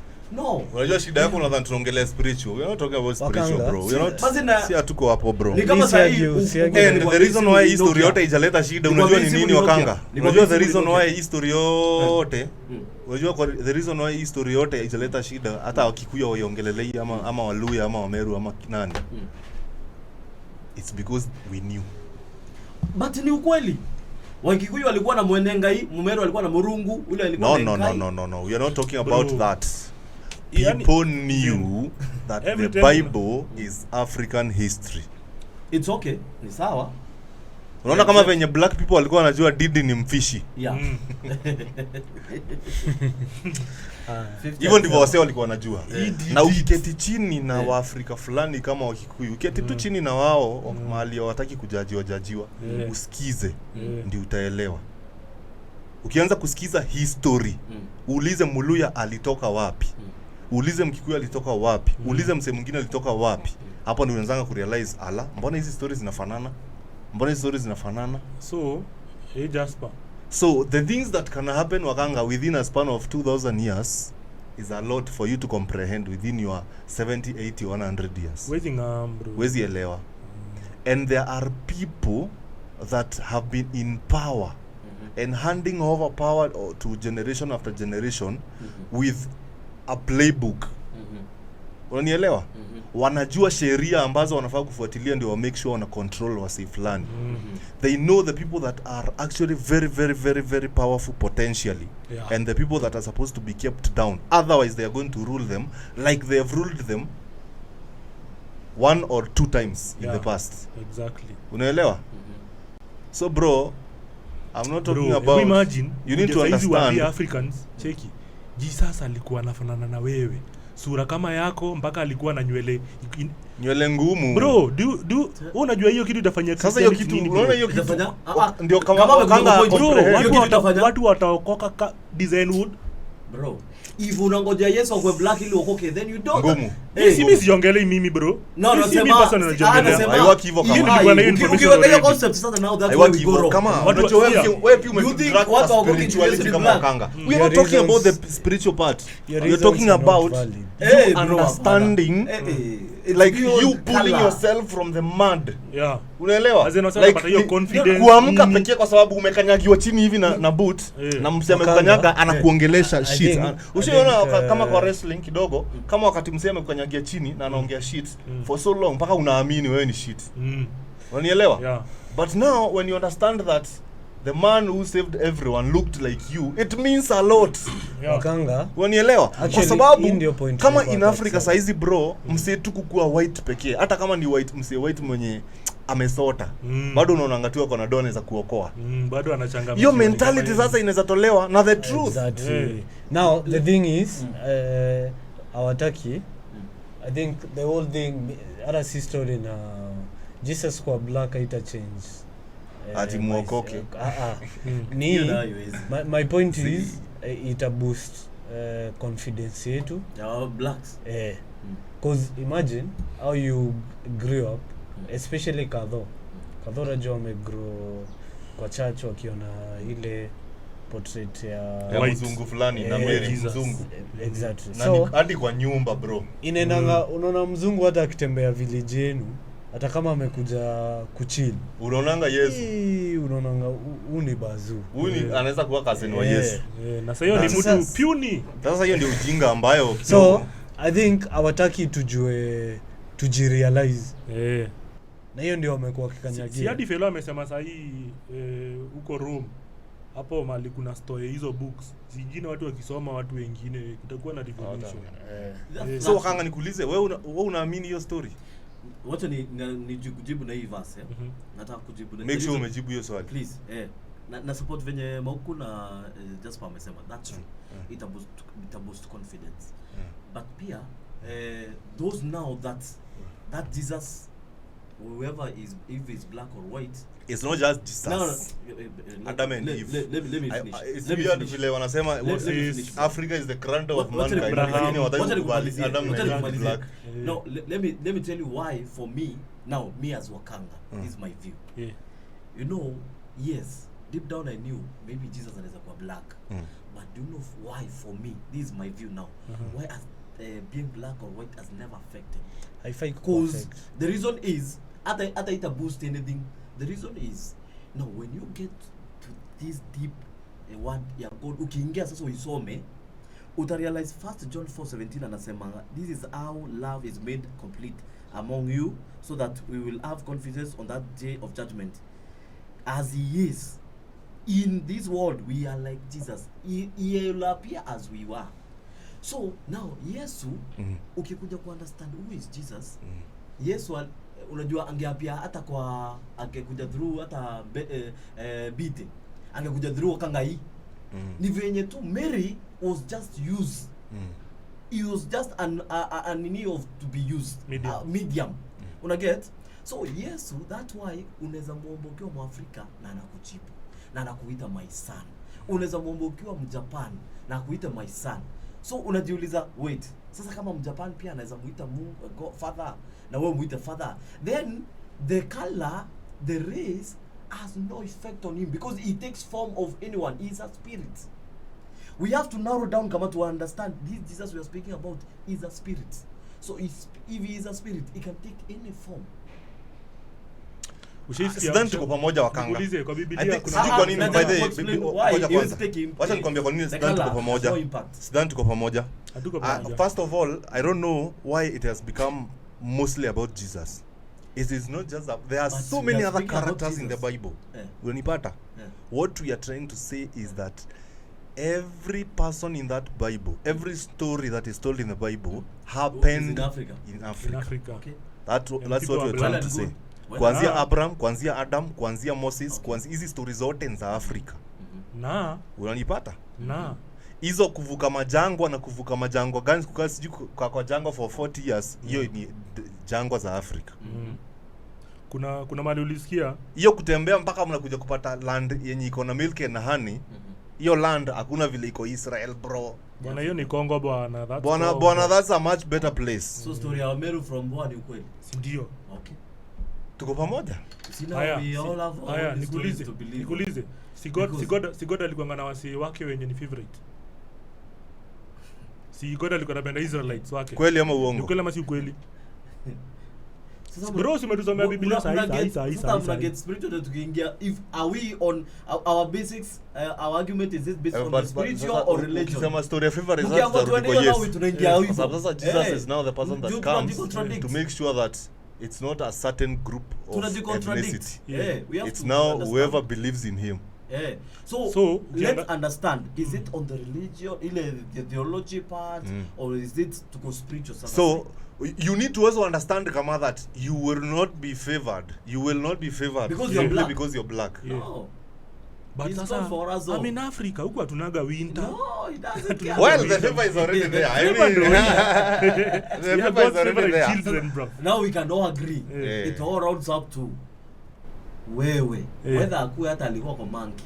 Hata kwa baba yako. Hata angekuwa uncle yako. Hata angekuwa uncle yako. Wewe unajua ni watu wangapi sasa hivi wabili. It is very necessary. History ya ni necessary.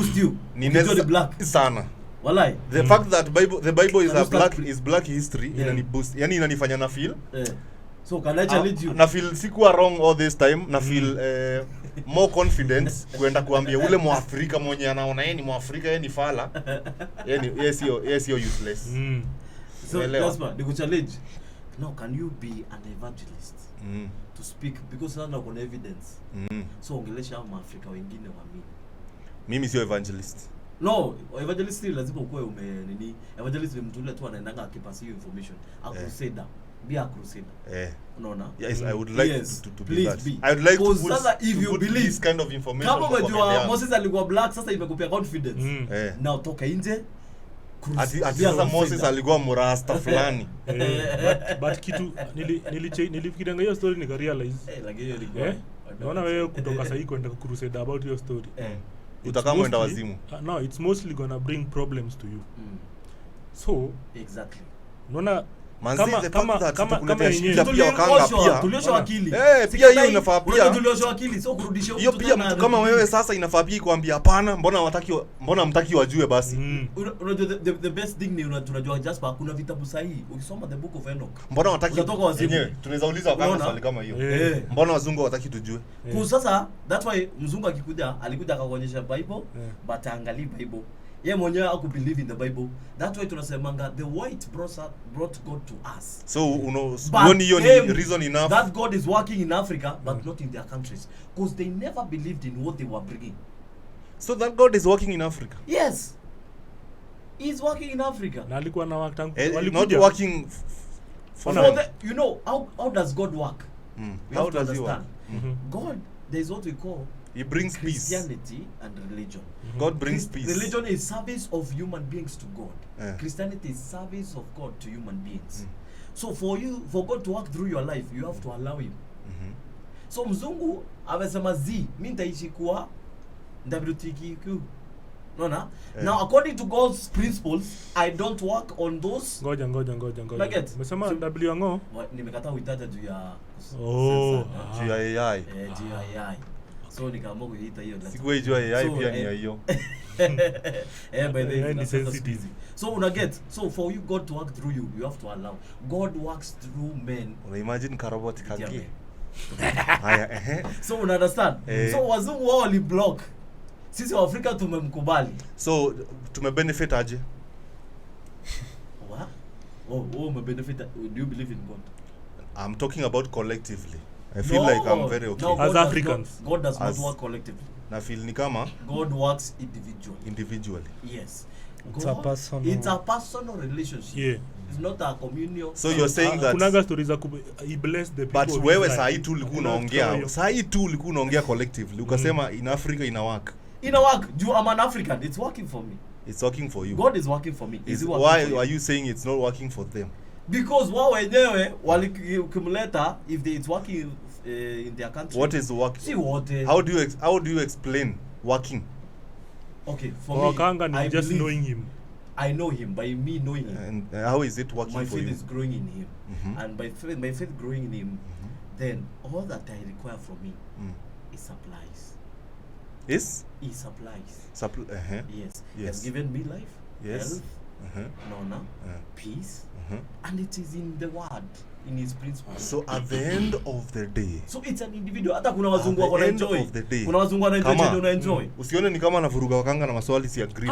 Mimi hata mimi sisi tunasema bro, wacha nikwambie bro. At the end of the day, yes, it boils down to the basics. Yes. Do you have peace? Unanielewa? Yes. Unakula. Unasumbuliwa na nini? Unaelewa? Uko na hope. Bro, Elon Musk anasumbuliwa na kuenda Mars. That's how you know a person with no God. Wewe unasumbuliwa na kuenda choo. Gym, tufanye gym. Kwenda choo, gym ni mbali. Wewe ukule. Kwanza wewe sasa hata hapa ni mbali Nairobi ati sasa mnateseka. Kuna msi yako pale ushago. Yeye akona food. Akona food, amekula, ni kulala, kuamka, kujibamba. Jioni.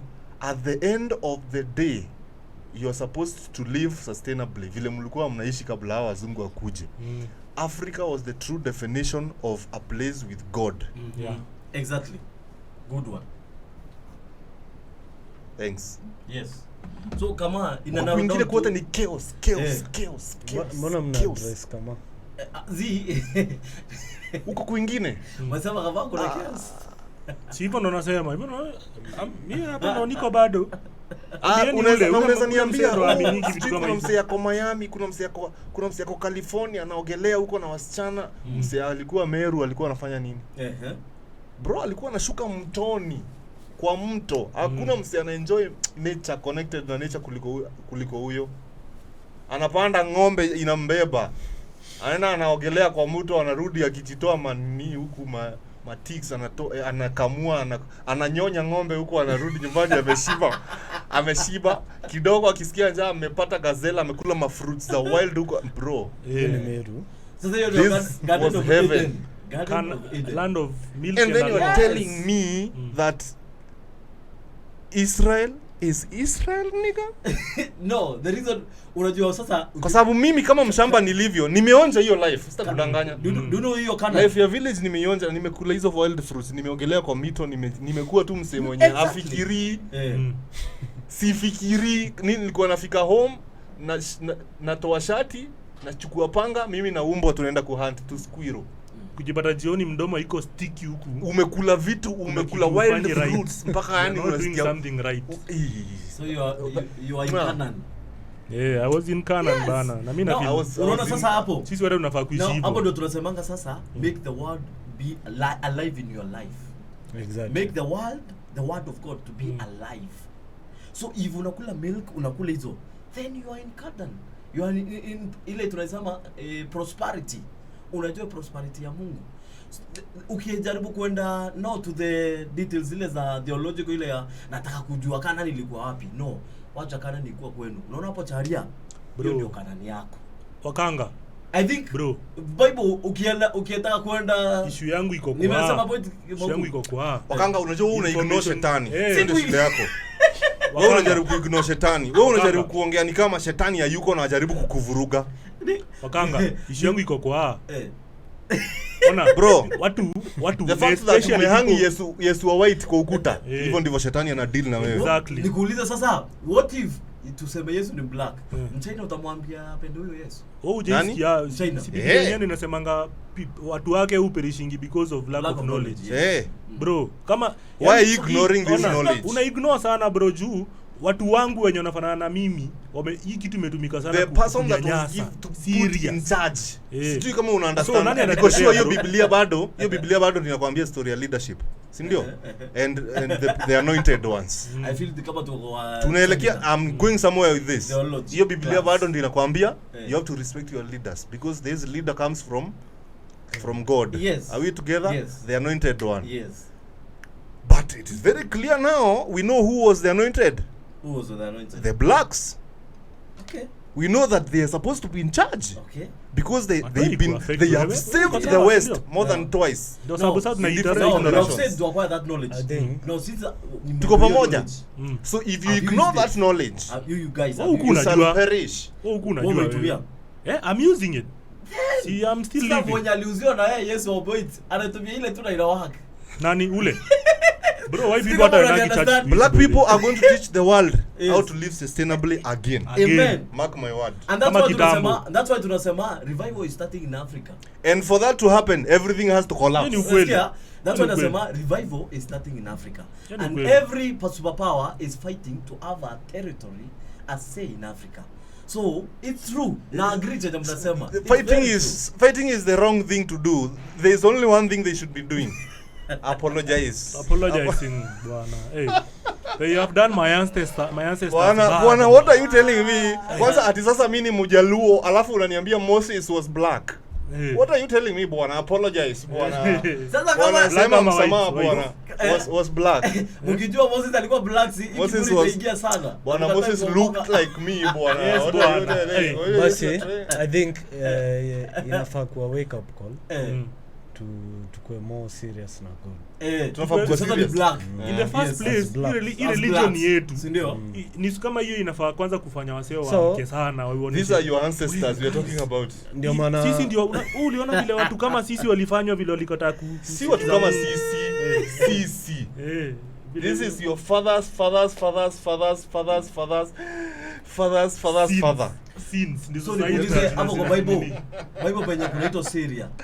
Kuna pale kunaitwa Macedonia, Syria. Forget about these maps. Maps achana nazo Wakanga. These are very recent maps. Wow. Hizo haziwezi kusaidia Wakanga. Ati sasa wewe unadhani Peter alikuwa anaitwa Peter? No, hakuwa anaitwa Peter. Exactly. These things were named atlases and Bibles. Hizi majina zote zimecome up juzi. Bro, hata Yesu alikoitwa Yahua. Kama saizi Lake Victoria inaitwa Lake Victoria. Ati Lake Victoria. The next 100 years watu hata wakiambiwa ni wazungu waliita hivyo hawezi amini. Unajua inaitwaje? Lake Lolwe. Haikuwa hata jina lake haikuwa. Iko na jina. The locals knew the name. Nasema jina lake haikuwa. Tuko tunajua kama ni lake. Hiyo hata Lolwe. Maybe inaitwa hata Kalolwe. Si unaona? So wazungu ndio waliname hii ndio inaitwa. Wazungu ndio waliname river, si ndio? Tunaenda Thompson Falls ati Thompson Falls. Sijui kama umeona Nigeria fulani ameenda country fulani, I think ni Asia. Zimbabwe. Alafu akane Kapul ni kama amepata ni kama creator kiko na maji akainame akasema akavurua vibaya sana same way mlikuja Afrika mkaname. I support that. And this is the first man to discover Jamaica. Si nilionaga picha ya mzungu bro amebebwa kwa mabega. Ona kuna ilikuwa wajaluo wanne. Wameshika mmoja hapa mwingine huko mzungu ako hapo katikati na kileso amelalia hivi. Unajua caption nini? Ati four Africans taking a white man to discover Lake Victoria. Wao ndo wanampeleka aenda ilikuwa nini? Hiyo ndio kweli. Ati ndo aende I think discover. people walitubeba ufala. Walitubeba ufala sana bro. You know they had the language but for us hizi vitu tulikuwa tunaishi nazo. At the first man to discover Mount Kenya. Okay. Au Kikuyu walikuwa wanaishi hapo let me fascinate you for example when you go and look for old maps. Old maps. Yes. Old. Africans walikuwa na maps Bro, it doesn't matter who are the maps as long as they were old enough they will tell you the truth. Unajua River Tana ilikuwa inaitwaje? River Sion. Ama Zion. Tana ama Nile? Tana hii moja ilikuwa inaitwa Zion. Zion. Tuko pamoja? Unajua ile area ya Ghana na Nigeria ilikuwa inaitwaje? Hawa si wengi. Juda ilikuwa inaitwa Juda bro. Anamapika ilikuwa inaitwa Juda. You know what kuna kitu imekuja saa hii inaitwa Pan-Africanism. Which is good. Na pia if you're not careful haijakuja saa hii. Sasa hapo ndio nakosea. Sikatai. Haijakuja saa hii. Imekuanga bro. Watu wameuawa wengi kwa sababu hivyo ndivyo kwa Murume walianza hii move exactly. Pan-Africanism. It's good. But Lumumba saizi yako ndani. I think Lumumba ndiye yako in charge Kenya Pan-Africanism. Understand? I think for me naweza sema hivi Pan-Africanism wache kweni to empower us black people to realize the strength that we have. Not to compete with West, but to make our the fight is not who is competing. Open the door. When we realize this fight, open the door. I feel there is a thief in your house and you think you're competing. Unless you learn to heal. This thief is inside your house in the bedroom having sex with your wife. Heal fast. They screwed us up. But we need to heal. They never left. That's where you go wrong. You think they left. They are in your bedroom having sex with your wife. I have my wife there. No. What do you want? What do you want? What do you think Africans want from the West? Tunataka kwenda kwa nothing. We just want them to leave us alone. Wachana sisi. That's it. Have money, make money, you have power. How do I do that if you keep killing my leader? Exactly. Ukipata leader mwenye atanisaidia nipate. Every time a good leader comes up, they get shot. Acha nikushtue venye. You cannot solve anything by ignoring the problem, Wakanga. That's the problem. You are ignoring the problem. You will never solve it. Hata tukijua hii river ilikuwa inaitwa Sion. Ni sawa. So utaki kujua. Kwa hivyo utaki kujua. I don't want. Ignore. Kwa nini utaki kujua? Nakwambia wewe ni mbona utaki kujua? You can say ignorance. Kwa sababu Yesu wako ni mzungu. Ni kwa sababu Yesu wako ni mzungu. I don't want to go back to nini. Bro, there is a future that is ahead. Tuchapeni Wakanga. No. Hata watu watuambie kwa comment. So nimejua River Sion ilikuwa River Tanganyika ilikuwa inaitwa Sion. So what? So niende nishike mzungu nimshike Masaki. Bora ulinidanganya. Hakuna. Aniduie. Now I know. So I'm more confident now. Work on yourself. Wakanga. Realization, not jina Sion itakuja. Mbona information inakuirritate? Wakanga. Cause it's Mbona information inakuirritate? No. We are not telling you to do anything about it. Why should I know Moses was black? For what? Jesus. Bro, you are black. For what? You are black, my guy. Ushesikia kuna siku nimesema I've never magu. I've never seen hakuna siku nimeamka nikasema mimi ni mtu useless juu ni black. Hata mimi hata mimi. Hata mimi bro. Wewe. I know I'm the most handsome man more than the white. Sikia Wakanga. Hapo umetudanganya. Wakanga. Wakanga. Enda. Panda ndege uende Europe ama America. Kudu nini? Nione kama utasema hivyo. Kwa America, I love here. Bro, utajichukia mzee. Ni vile hujaitoka. Sasa hujui. Unajua mentality ya lazima uende America. Cheki mentality ya lazima uende America ili umeomoka. Ama hiyo ndio umeenda sasa umeachieve kwenda America. Why? Wakuje Africa. Bro, huko watu wanafanyanga wanajichukia because Wakanga. Let me tell you why I think you are very selfish. Because you keep talking about yourself. Unanielewa? Me I'm good. Me I'm fine here in Africa. Me I'm fine. Sawa, uko sawa. Hakuna mtu amekataa. Unajua ni kwa nini uko sawa? Ni kwa sababu umetoka community yenye iko sawa. Unanielewa? Uongo bro. Uko sawa kwa sababu umetoka pale Meru mko sawa bro. Wameru wote wameprosper. Mko na cash. Wameru wote. Ushaona Meru amekufa njaa mgani? Kama wewe ni Meru unateseka. Ushaona Meru amekufa njaa bro? Kama wewe ni Meru unateseka. Ingia kwa unaongea nini wewe? Ni kweli tu. Bro, wewe ushaona Meru amekufa njaa akiwa Meru? Unataka kumaanisha wazungu kuna wazungu wateseki? Bro, listen, I'm getting somewhere with this. Open the door. Just open the door. Let the knowledge in. Let the knowledge flow in. When you are suffering for real, and when you're suffering, in fact, collectively, for example, people in the marginalized sides of Kenya, for example, places like extreme hunger-stricken places, kama Turkana, hapo ndio unaelewa bro, uko pabaya. Unanielewa? Yes. Ukiwa place kama So Congo sahi, listen, open the door. Ukiwa place kama Congo, yes, ndio unaelewa impact ya hiki kitu tunajaribu kusema. Yeah. And when you keep thinking that it's only about yourself alone, now sasa hiyo ndio inaitwa selfishness wakanga. So when you understand that people have been keeping you down and not just using the gun, they use information. Of course. They take a story, wanakuja wanasikiza hata kama ni wimbo ya Wakikuyu mzuri, wanaenda wanaiimba tena na kizungu wanaileta ikiwa kwa golden bells. Mnadhani ni yao, sio yao, walisikia kwenu. Unanipata? Tuko pamoja? This is how you brainwash. This is how Shakahola happened. Unanipata? You just play around with people's minds. As the leader, kama wewe saizi ni mwanaume, wewe ni leader automatically. Si ndio? You cannot allow that kind of nonsense. If there is war right now, Wakanga, trust me, with that kind of mentality, you're going to be a collaborator. of course. With what? That kind of mentality. No, With that's the where you enemy. go wrong. Utakola You're with going to enemy. be working with the enemy. That's why you go wrong. I don't go wrong. Why ni collaborator bro? Utajiona wewe ni mjanja Okay. sana na utakuwa na work na side Ni yao. sawa. Alafu Kitu moja kidogo sijui kama usha umesikia lose. nimekuambia. That's how you This lose can your only freedom. be solved head on. So me That's how you lose Refuse your freedom. propaganda. So me knowing that Refuse Tanganyika propaganda. is yon will make me You need to know. That is how you be. Yeah, That's the yeah. that's the basis. You Yeah, see yeah, now wewe yes. unakojolea the basis. Yeah. Jasper, bro. Wakanga things Yeah, juu hajaekwa pingu hivi. Nadhani yako very free. You think you are safe. My friend. You know one thing, the beauty with these all these You're narrow- enjoying the narrow down middle to class what? in you. You know there is knowledge that is destructive. No knowledge. There is what we call destructive. No. Sasa mimi imeniharibu aje bro. No. Just as you're fine, Sijasema I'm yako, fine. sijasema yako. Hiyo imesema. Nasema there is what we call destructive knowledge. And in the Bible, Hosea 4:6 you quote, "My people perish because of lack of knowledge." Strong in bracket ignorance. This is Wasema- knowledge that Unasema kuna umri naweza ukifika. kuweka. If this is not your father, Yes. tafadhali mamako Do you know- asikwambie. Do you know what we call ignorance and do you know what we call stupidity? Mm. There's a difference between ignorance And stupidity. Yeah. Yes. Uh-huh. So ignorance ni ile. Nilikuwa nangoja aseme you are ignorant, you are stupid. Now for us, Yeah. you should be very careful not to be stupid, and you should be very careful not to be ignorant. Now ignorant ni msee mwenye aja knowledge aisearch.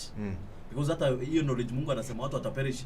Knowledge si yenye wanajua already, ni yenye wataki kutafuta in regards to his kingdom. Now kuna stupidity. Stupidity most of the time, especially Christians, hata sisi watu wengine hapa wenye tunaongea, we are stupid in matters of God.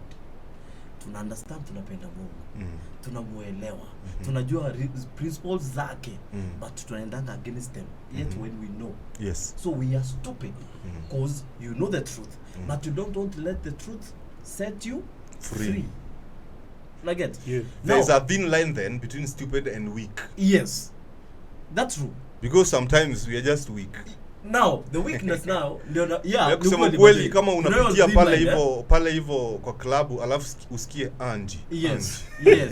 Now, unaona, so Ni ngumu kuresist. exactly. And that's why the same sasa hiyo Bible inakwambia be careful. Romans 12. Msikuwe corrupted na things of the world. Yes. Unaona? Yes. The thing light bando iko. The things of the world nazo zinakufanyia. Don't be weak. Unaona? Yes. No, do you know why? Mzungu aliteka advantage ya Mwafrika ati. Alikuja akasema, kwanza wacha nionyeshe kitu inaitwa superiority. Nikiwa introduce ya Mungu akiwa white na mimi ni white, it will be easier for me to colonize them. So unakubali si hata white in the first place. Nakubali. That's it. Si hata hatukuwa na story nyingine. Nakubali. But now my point is this. Ni sawa mlinibeba ufala, but I became wise. Nilijua hiyo ni ufala, nimekuja kujua ni ufala. But now what I'm saying is nisirudi kuamsha vidonda zilizimwa. Unaona? Na nilimove on, I became wiser. Sasa shida ni moja Wakanga. Una get? Unaona hata hiyo place ya urudi uambie nyanyako, unajua yeye ni wa black, bro. Now, nyanyako hiyo miaka amebakisha 10 ya kufe. Sasa wewe ni nyanyangu. Wakanga, you have to understand, I'm not talking to my grandmother here. I'm talking to the people that are capable of change. Pia Wakanga, wewe unajua bro. Wewe si wewe hapana nyanyangu. Unajua hiyo kitu. Wengine wenye wana Bishua, historia haitafikia nyanyangu. Sitamwambia. Itafikia. Sawa, ndio nakwambia mimi sitamfikishia. Na simesema tuombe tungependa sana watu wajue wote Afrika mzima mpaka wanyanya. Haijalishi. Information itaenda Akijua the better, but I won't waste my time because there's no impact. Let me ask Mauku, what will happen if every African, old and young, amejua Yesu ni black? Sio Yesu pekee.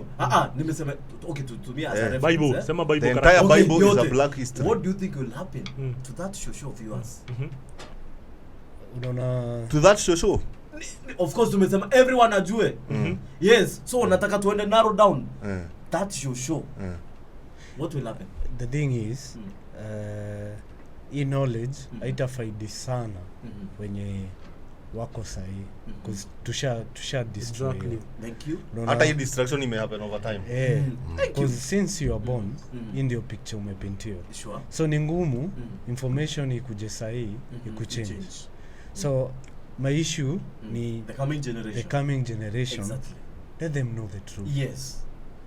Easy. Yes. Exactly. So you think sasa with this truth hata Bible unasema know the truth and the truth will set you free. Yes. So kuna vitu mingi au wazungu wametupentia for them ni more superior, they are more like kila kitu wametupentia hiyo superiority.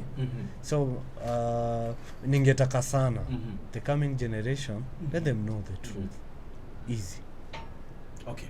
I think for me chenye naweza sema hata sana kama maybe in the next world. Because for now the next world kama kuna dunia nyingine inakuja after sisi. But for me your generation next. Sawa, sasa hii nikigrow nikiambia mtoi wangu mtoto ni black, Yesu alikuwa black, Moses alikuwa black. Kupiga wewe. Sina hizo vitabu naona kwanza sasa ushaanza already go against the things that are available materials.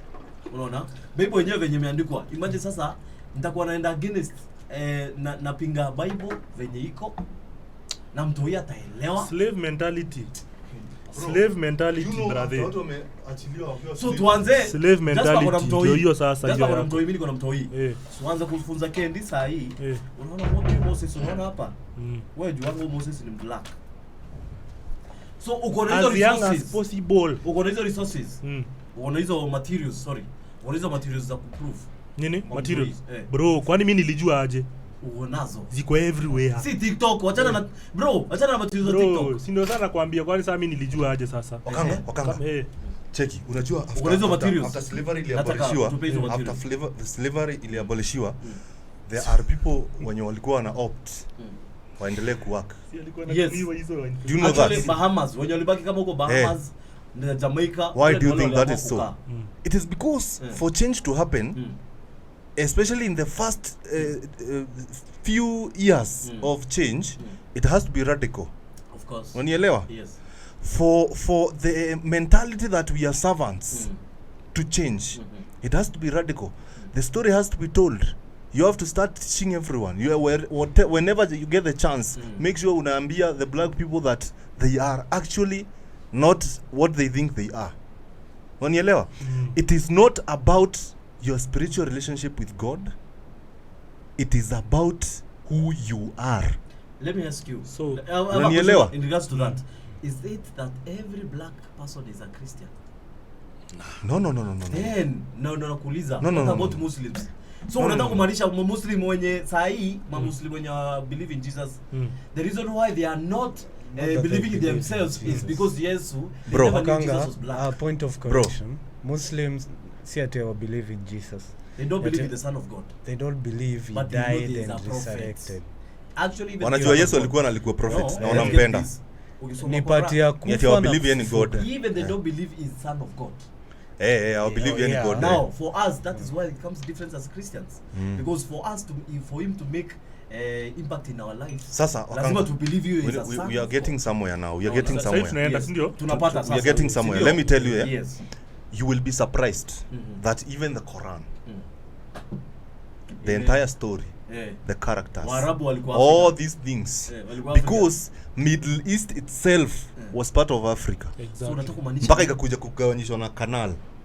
All these people that ambao unaona wamekuwa black wakipushiwa chini towards Kenya, the shade was darker. Why do I feel you are during so those you are going times. to the side of geography because nimefanya geography. Exactly. Hii story yote inaenda kwa geography. Before hii one plateau. Hii story yote inaenda bro. Okay. How see what all go black. A shocking fact. Unajua How see what all go the black. size of Africa depicted kwa maps. It's not the true. Unajua hivyo? It's not true. So are these flat? Ladies and gentlemen, here comes flat. Here comes Another controversial topic. Controversy. Do you believe Earth is black? Disco ready. Earth is flat. Especially na wakanga. I'm not ready. No, do you believe Earth is flat? I don't believe anything. So okay. You don't believe in Jesus? I don't no. I'm not talking about my I'm talking about the shape of the world. Okay, what do you think the shape of the earth? I don't believe in anything. I don't I think the world looks the shape of earth. Pia mimi hizo zote pia mimi nazitupilianga nje kisha mimi bro hizo zote nimetupa. Ati sasa ukuje uniambie tushaambiwa ni around. Sasa unadhani mimi nitaamini 100%? I have my doubts. Okay, una doubt ni gani? I have my doubts. Of course kama kuna doubts. I have no idea what I think it is. Where you don't know. I just know I have my doubts. So and I have my imaginations. Can I call you stupid? Yes. Tell me one imagination. If that is what makes you call me stupid. Hey Jasper, give me one imagination of the shape of the earth. One imagination apart from number one, sana wacha tucheze sasa na hesabu. In terms of percentage, sana dunia ni around venye tu alisema. But I have my reservations. Why? Because these people have proven that they keep lying about everything. Yeah. Unipata? Kuna truth hapo. That's true. Yeah. That's true. That's everything. Wanaweza kuwa wamedanganya mpaka mathematics, lakini mathematics ndio one of the things that can never be lied about because numbers never lie. One is human lie. Everything else, science, a lot of science has been lied to us. So you mean the sun is not just one? Bro. No, we are trying to here we go. There are other imaginations. For example, just like unajua, for the easiest way to explain that there is a God is how far can you go when you start going one direction? Unaelewa? You see now there is no limit. You come back to the same place. You come back to the same place. How? Yo, iwezekani? No, kuna bauko analendelea topic. Start going up. Yeah. How will you come back to the same place? Iwezekani? No, ukiamua sasa uende No. Mimi naongea juu. Do that means hata hivi ukiamua ni kwenda hivi. Ukienda hivi bro. Utarudi. Utarudi aje? Hakuna iwezekani bro. Utarudi. Unless kama una maintain. But tuna believe it's a circle. What are you saying? If you believe the world is a circle, the only way you can come back to where you are is if you have to circle. You are going this way with consideration to the earth. Proven. Ndio nasema sikia basi ndio nasema the only way utarudi hapo ni kama katika hiyo kuenda yako basi hiyo sio straight line, ni straight. There is this man alizunguka dunia 80 days. Kuna mtu alifanya hiyo 80 days and a half. Atuko pamoja, mnisikizi nyinyi. Nasema open the door. Nasema if it is an actual straight line, that means you are going to leave the earth. As you go, where? Exactly. It's a circular. But you will leave the earth though. No. Why would you leave the earth? Because you are rotating like this. You are rotating. The earth is rotating. Bro, what are you talking about? I don't know. Nikuulize. Bro, do you believe in North Pole na South Pole? Unajua kuna mali Russia imeshikana na nini huko juu? Na US. Na US. Na zishikana ziko karibu. Ziko karibu. Na ukitaka ku travel ndege, utapitia hivyo utakuzukuja hivi. Why? Because the world is flat. Niwaambie ingine yenye naaminingi. Mimi siaminingi stories za sijui kwenda space juu moon. I don't believe kuna watu washitoka earth. Hiyo ni uongo bwana. Hiyo bro. So if you Hakuna believe mtu ashaitoka if you believe mtu ajaenda So ajaitoka international do you space believe in station iko satellite? wapi? Do you believe kuna satellite? bro, information yote inapasiwa na cables chini. Bro, kuna satellite Aaron. My brother! Adi satellite. satellites gani? There are Hata Kenya satellite tuko na dishes. hizo. Oh Jesus Christ. Iko wapi? So you don't believe in satellite? Kenya inaga satellite bro. Africa matter of fact, iko nayo. Kenya iko na satellite. bro, India iko na satellite. India iko na satellite. To you, India iko nayo. Mauku, I think watu wanafikiria satellite. Kenya iko nayo. Okay, what do you think satellite? Kama what is a satellite? Satellite Bro, kwa satellite nini? ni hizo ni kama acha tuseme ni kama dish, lakini sasa inakuwa suspended kwa Where? hewa. Sasa wewe pia unatuambia tu Out explain kwa hewa. satellite. Z. Satellite ni booster yenye ina float huko juu. Sasa si iko outside the world. Dunia Kenya. So nyinyi mnasema Kenya iko na satellite. Google. So if Ngoja satellite- kama pia kuna kitu ya kusema. Amta nifanya niongee vitu za ujinga kama nyinyi hamuongei. So umesema hakuna msiashiri toka nje ya Bro, dunia. hakuna si mtu ndio? ashaitoka nje ya Kwa ardhi. nini? Kwa sababu Kuna firmament.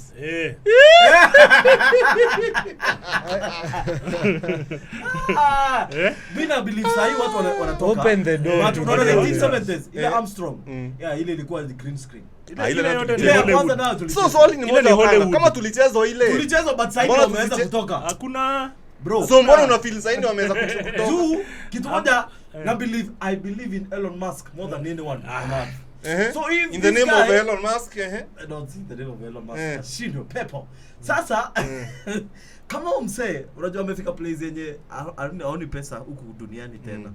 Pesa anaona tu ni kupeleka Mars. So hizo mavitu zake ana shoot. Ni ngapi zimepita? Hiyo Firmament star- ya hiyo Commander. star inaitwaje? Hiyo nini yake ya ku nini internet. SpaceX. SpaceX. Iko outside the globe. So that means already iko outside. How outside? Outside from what? Si huko ndiko satellite ukaa. So ni nini Inavuka. imevuka nini ndio ikakuwa outside? The ozone, kuna ile ozone layer, that layer hiyo. So hiyo ozone layer. Hiyo Niko na imepitia hiyo layer maswali. ingine, Wachana hata na hizo inakuwa satellite. outside. International Space Station iko wapi? Outside. Outside, si ndio? Yes. Haya, ozone layer kazi yake inakuwa nini? Hizi ninamregulatea mambo oxygen. Na nini ingine? kuzuia Kuzuia pia rays. Now we are Yale ya getting juu. somewhere. So wao wasi wanakuaga kwa International Space Station wana protectiwa tu na zile manguo zenye wamevaa. Sasa wako na materials za kusaidia. Unaona? Kumbuka human beings wako kama umekuja na AI. Mbona usikreate kitu ambaye inaweza kuzuia solar? As we talk, do you know China wana create one of the biggest sun? Artificial. You know sun. that Artificial sun. Wana create wapi? Si ni kwao. Inatoshana wapi? Inatoshana na nini? So what is a sun to you? My son. I have a daughter. I have a daughter. So wana create sun inatoshana na nini? Na sun. Na sun. Sasa wakicreate sun China itakaa wapi? Sun si kubo. Sasa mbona wanaiita sun? Sun ni yani If you don't ni source of energy. Sema source of energy usiite sun. Tunasema ni sun itakuwa inatoa much heat like sun. Hiyo kitu wanatengeneza nini sun? Wanatengeneza Unajua sasa kama nikuulize bro, hawa watu wote ni waongo. So hiyo ndio shida. Hiyo ndio shida. They keep lying. So you guys, They lie you about one wasted your thing after 16 another. years. You wasted your 16 years kusoma geography. Bro. And then you find So out you don't believe in meteorics? Meta? you need to believe in your English. Believe in Meteorologists. English. Zile rocks. Types of Meteorites. Meteorites. meteorites. Granular. So you don't believe kuna vitu kama hizo? Kama gani? These are types of rocks. Ziko. So why do you They're choose just- what to it's- believe? it's just Why a are you name. choosing what to believe? Ni jina tu So because you imepewa. see, Wase, you this is people where of now literal faith. nataka unajua hii time You yote people tumekuwa of kwa literal ring faith. na nimeficha ngumi. No. Nimeficha ngumi ya wakanga. Now go. Can we Wakanga, agree? wakanga anajifanya hapa hivi. It's about the spiritual, the relationship between you and God. Doesn't matter whether you're black Yes. or sijui. That means then Yes. we believe in the Bible so much. I believe in the Bible. What does the Bible say about the shape of the world? The shape of the world. Nowhere. Are you sure? Nowhere. Haya. He created the heaven and the earth. Aisemangi Bible iko na dunia iko na firmament. Firmament. And nothing that can live or enter. Hakuna mahali. Uko sure? You have Uko sure? You have your Google. Haya. Find it. I'm going to beat you up Find right it. now. Because one thing I want to tell Mudhikeria, those are watching. Let me tell you one thing, bro. But nasema hivi. So why are we choosing on what to believe and not to believe everything or to sasa bro, unajua kwa nini tuna choose? Ni kwa sababu ya mwenye anatuambia. No, can I tell you why you are choosing? Because you choose on what you can see. Wewe unaamini rocks juu unaziona. Nasema hivyo. What you do not believe. Tunakataa kwa sababu ya mwenye anatuambia bro. Nani anatuambia? What makes you believe? Yeah? What I believe. What is believe? What makes you believe? I believe because for this world to be like the way it is. Of course, usiku nikiangalia naona kuna moon, naona kuna sun, kuna stars. So I believe kuna other planets. Na I believe kama kuna other planet, there is a possibility unaweza toka na wende huko. Mbona bado watu wajaenda na watu wanaenda huko? Nani amekwambia wajaenda? Wewe niambia nani ashaienda? Nasi tunaona everyday star rockets zinaenda, SpaceX zinaenda. Ushiona video. Juzi nilionanga video ya SpaceX. Ni SpaceX. Yaani unasema Elon Musk create billions of money, invest millions of money on bro, Elon Musk. Sikia bro. Elon script. Unasema ni funded. Si tutengeneze yetu. Amefandiwa. Wakanga. Let me tell you. Unaona wakati Elon Musk alienda interview fulani hapo hivyo akaenda akavuta ngwai. Alisema juzi bro, for the following kama 1 year alikuwa anafanywa random drug tests. Unajua kwa nini? Kwa sababu tu gava iko na shares kwa hizo kampuni zake zote. Na huwezi kubaliwa kuziran kama wewe ni mzee wa Madrid. Unaona? Unajua nakwambia aje? Pia anaraniwa. Pia anadu vitu ana. Sasa unaweza pata Elon Musk hata ana say. Hata anaga say. Sasa unaweza pata any projects. Unasikia? Sasa unaweza pata sasa mradi kama SpaceX. Ni project. Hata sio anarani hiyo kitu. Ni edit ni jina tu yake. Nishaisikia kwanza alisemaga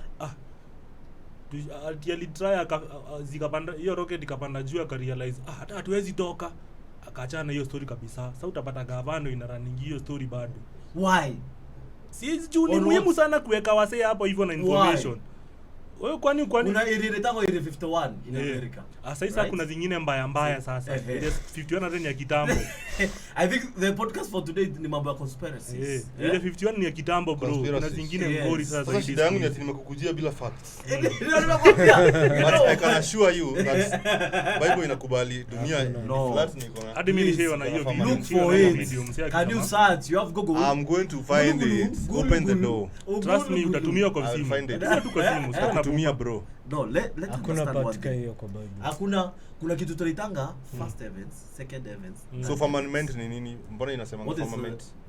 Firmament ni nini? Ni kama dome, Bas, unaona ile hiyo sasa the globe yenye iko. Hiyo globe yenye iko. Sikia kaji contradict. No, nasema hivi. Kwanza that means tumeagree si wote. It's a globe. Hakuna mtu amekataa bro. Lakini kwani tuko nje, tunakaaga juu. Tunakaaga juu. Yes. Tunakaaga juu bro. Si nje. Si ndani ya nini. So hiyo dome iko wapi? Sasa hii imetufunika hapa sasa. Exactly. Sasa ndio tunasemanga hiyo the ozone layer. I don't know if it's the ozone layer or which layer. Ndio bro, ndo sababu kuna kwa mpaka na unaona? Ndio sababu kuna kwa mpaka na nini na tuseme vitu kama climate. Unaona? Climate change. Nikuulize, kama hatujafungiwa hivi ndani bro, hizo seasons zinaweza kuanga so perfect. Yes. Every time July ikifika kuna na baridi. Tumefungiwa ndani kama. Because ikijaribu kutoka outside. Hauwezi control hizo gases. Exactly. Una get? But siko maanisha hatuwezi toka. Sasa kutoka ndio issue. Sasa kwani tumefungiwa na nini? Mbona unataka kutoka na unaweza kama tumetengeneza na nini kwani bro? Tumefika place tunatengeneza AI. Unajua uzuri tulijifunga kwanza, right? Wakanga. Tulijifunga the first tukianza. Human beings wame create AI. So wameshindwa ku create kitu ya kuwatoa. Kama huku tuseme tu kweli. Wame create AI. Utashindwa ku create kitu ya kumtoa outside. Unaweza. Wewe unachukulia God aje wewe? Unadhani tunaweza figure out vitu kama hizo rahisi hivyo bro? Nikuulize, now you believe in God. Kama nitakushika. In Genesis. Kuna watu walianza kujenga tower. Ilifanya wapi? Ilifika wapi? Ilifika kwa mawingu. Ilifika kwa mawingu za hapa. Kwani ilifika wapi? Kwani ilifika ukisoma. The idea was to get near to God. Naona. So God akanatoa us. Mawingu dilikuwa limit. What that means kwanza there is that technology ilikuwa hiyo time. Yeah. Naona. Can we hapo tuko pamoja bro, tuko pamoja. So that means ili Mungu awachanganye ilikuwa threat. Aliona wenyewe wanaweza toka hao watu. Aliona mnanitest. Aliona mnanitest. Ndio nasema. So that means there is a possibility basi. Ya kutoka. Hakuna bro. If kama Babylons wali threaten Mungu. Bro, mbona aliwachanganya na lugha? Wakanga. Hata shetani mwenyewe hakufika mali eti mpaka anamthreaten hivi mpaka ni ile niko mpaka God ako zile za enough umenivo umemaliza. Enough. Twende. Wakanga uko serious unaona ati Mungu aliona watanifikia. No, watamfikia aje? One thing ni kitu moja ni hivi. Nikicorrect kama devil alijaribu kuoverthrow Mungu. Yeah. Anasemekana he was almost. Kulikuwa na vita, itaki mchezo. Kwa vita, a third of the angels walikuwa side ya devil. Do you know the first sin? What is the first sin? The first sin. Tell us please. The first sin is pride. Yes. See Adam na Eve chenye walifanya because pride came upon Lucifer. Akaona cheki umzae. Since I'm the second in command. Na ametuonyesha kila kitu, ametupea all powers. Na sisi tunaweza jirule. So pride came upon Lucifer. Akaamua to take over. That's why he could convince a third of angels wamjoin. Naona? Hao ndio walikuja kuchukua madharano. Yes. Hizo ndizo commerces, hizo demons. Demons. Kumbe hata demons inaweza kuwa tu cute. Bro unaweza pata na nini? Kandimon ga sexy. Kandimon kwela. Nyonyo. Mimi kuna msichana nishaiona hivi bro. Unapenda nikajiambia aka nikadimon. Aka nikijaribu hivi mambo yangu yote inaharibika. Ile mwanamke anakula pesa yako. Mimi kadimon. Unasema watu wanatembea hapo nje na kidimo. Lakini tumesema the earth is flat. Sorry. So tumesema yeye tushakubaliana hiyo. Yeye tushamaliza hiyo story. Vitu one way or the other. Kitu wozi ni roll out. Man, God amepea man power. But pia Wakanga. Ndio tunaita small gods. Acha na stories za spiritual. Unajua sasa hiyo it's a whole different story. It's about what you believe and what you're going to feed your soul and mind. Let us talk about the physical realm. You have to agree with me. You have to agree with me that in as much as the world is a sphere makes sense. Pia nikikwambia dunia sasa inaendanga hivyo na inaenda. There is a reason nilikwambia ukianza kupanda hivi hakuna mwisho. What are the chances that pia ukianza kuenda hivi hakuna mwisho? Unaelewa? What are the chances that pia ukianza kuchimba hakuna mwisho? Unanielewa? Kwa sababu the same creator that created this distance is the same one that created this way and this way. Unaelewa? So pia nikikwambia dunia inaweza kuwa flat. Pia nizikae fala. Hiyo ndo inafanya. Sijui kama usifanye hiyo ndo inafanya. Kwani kuna miti mingi. Harana anakataa kwa sababu yeye ni scorer. Huyu ni msongi. Anakataa. Cheki panda kwa committee juu ama uende Rwanda. Hapana mimi sijasema ni flat. Zaraka angalia hivi. Acha ni kuprove it's not flat. Umekuwa Mombasa. Yes. Ushaangalia last time ulikuwa Mombasa. Ulisimama kwa ocean. Alisimama. Mbona huku ona TZ? Mbona macho ile kuna mali inafika inaishia? No. Hata huku kwingine flat. Bro, huku kwingine flat. Ushaikuwa acha hata maji. Kama wewe umeanza kuwakini kama wewe ni flat earther. Unajua wewe unaongea ni kama wewe ni flat earther. Mimi na si kama na flat earther. Hii si flat earther start. Wewe una recruitiwa pole. No. Mwingine hapa by now nikikuonyesha recruitiwa nimeona hizo video zote. Mwingine hapa aliuliza swali akasema alisema aje? Kwa nini basi maji mwagikangi kama dunia around? Hiyo maji iko kwa sea na ocean. Mbona imwagikangi? Kitu inaitwa gravity. Hiyo ndio kitu watu wana. Sasa wacha nikwambie mali sasa flat earthers wao wanajicontradict. Ni kama kuna kuona groups mbili za flat earthers. Kuna flat earthers wana believe the earth is like a plate. But now there is a dome. Ambayo inashuka iko juu ndio but inashuka mahali pia inashuka chini kabisa. Such that unaweza enda mpaka kwa edge. So huo ni mimi. Unaweza enda mpaka huko hivyo mwisho upate ice fulani inaitangwa blue ice. Inakoga imelindwa vibaya sana. Lakini sasa hizo place tunasema ni sahani imefunikiwa. Imefunikiwa na bakuli. Continue. Ambapo pia ukifanya kitu kama experiment kama hiyo inawakingi hivyo by the way. Kuna hapo ndani kuna kuona kawedha hapo ndani. Haya, kuna flat earthers wengine wanasema it's very difficult to know mwisho kwa sababu kama sisi sasa hapa hivi tuko surrounded na a ring of ice and maybe that a bit of very high walls of that blue ice but beyond that in fact there are passages you can maneuver. Unaelewa? Kuna places within earth zenye unaweza ingilia uende ukuje kutokea place nyingine. Sasa wanajaribu kusema earth sasa is just one of the territories. The ring. So earth ni territory moja. Ukitoka hivi zingine pia kuna nyingine. Kuna nyingine. Wanaleta ile story ya Antarctica, kuna malezi in fact wanasema sasa kote unaona mali mwisho kuda kwa kumechungwa heavily. Huwezi karibia. Na ni ngumu sana kujua inaenda mpaka wapi. Why? Unanielewa? Mbona wewe uchunga hivyo sana? Unafaa ujiulize hivyo. Uchunga like ukikaribia hapo bro. Unafaa ujiulize kwa nini walikuwa wameficha information kama hiyo ya something as simple as how the people in the Bible used to look. Why did they have to hide that? Inakusaidia aje? So when I tell you, yes, I believe what I was taught, yes. But now I'm beginning to have my doubts. Exactly. But do you have proof?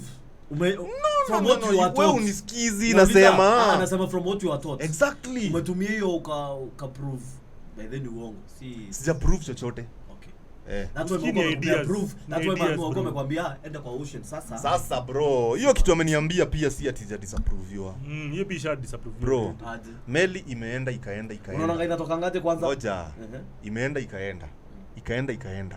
Ikadisappear. If you can manage to get a zoom lens that can zoom well enough, you're going to bring up that entire ferry up again. Exactly. And then it will disappear again, that lens. Inashuka wapi? If you can get another lens powerful enough, utaileta tena mpaka juu tena.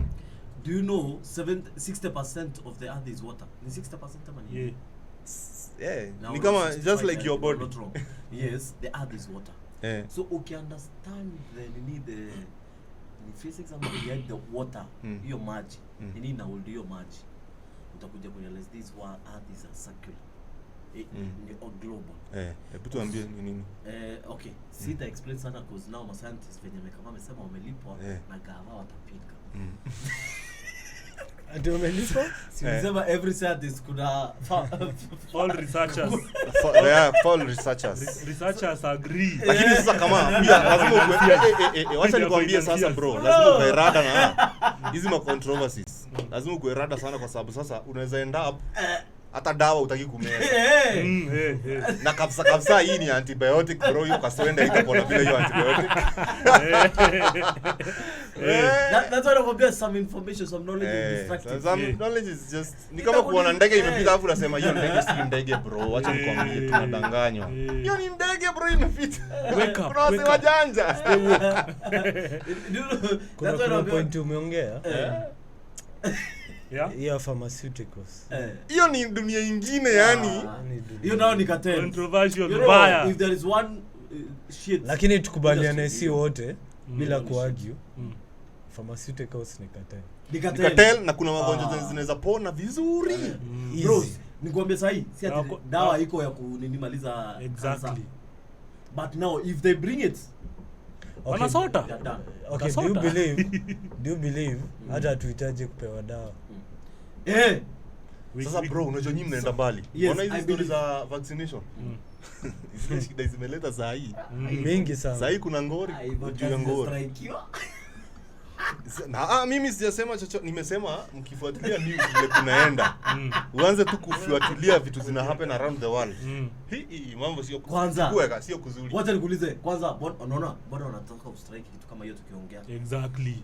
Sasa unafaa ujiulize. So that means there is truth. There is something somewhere.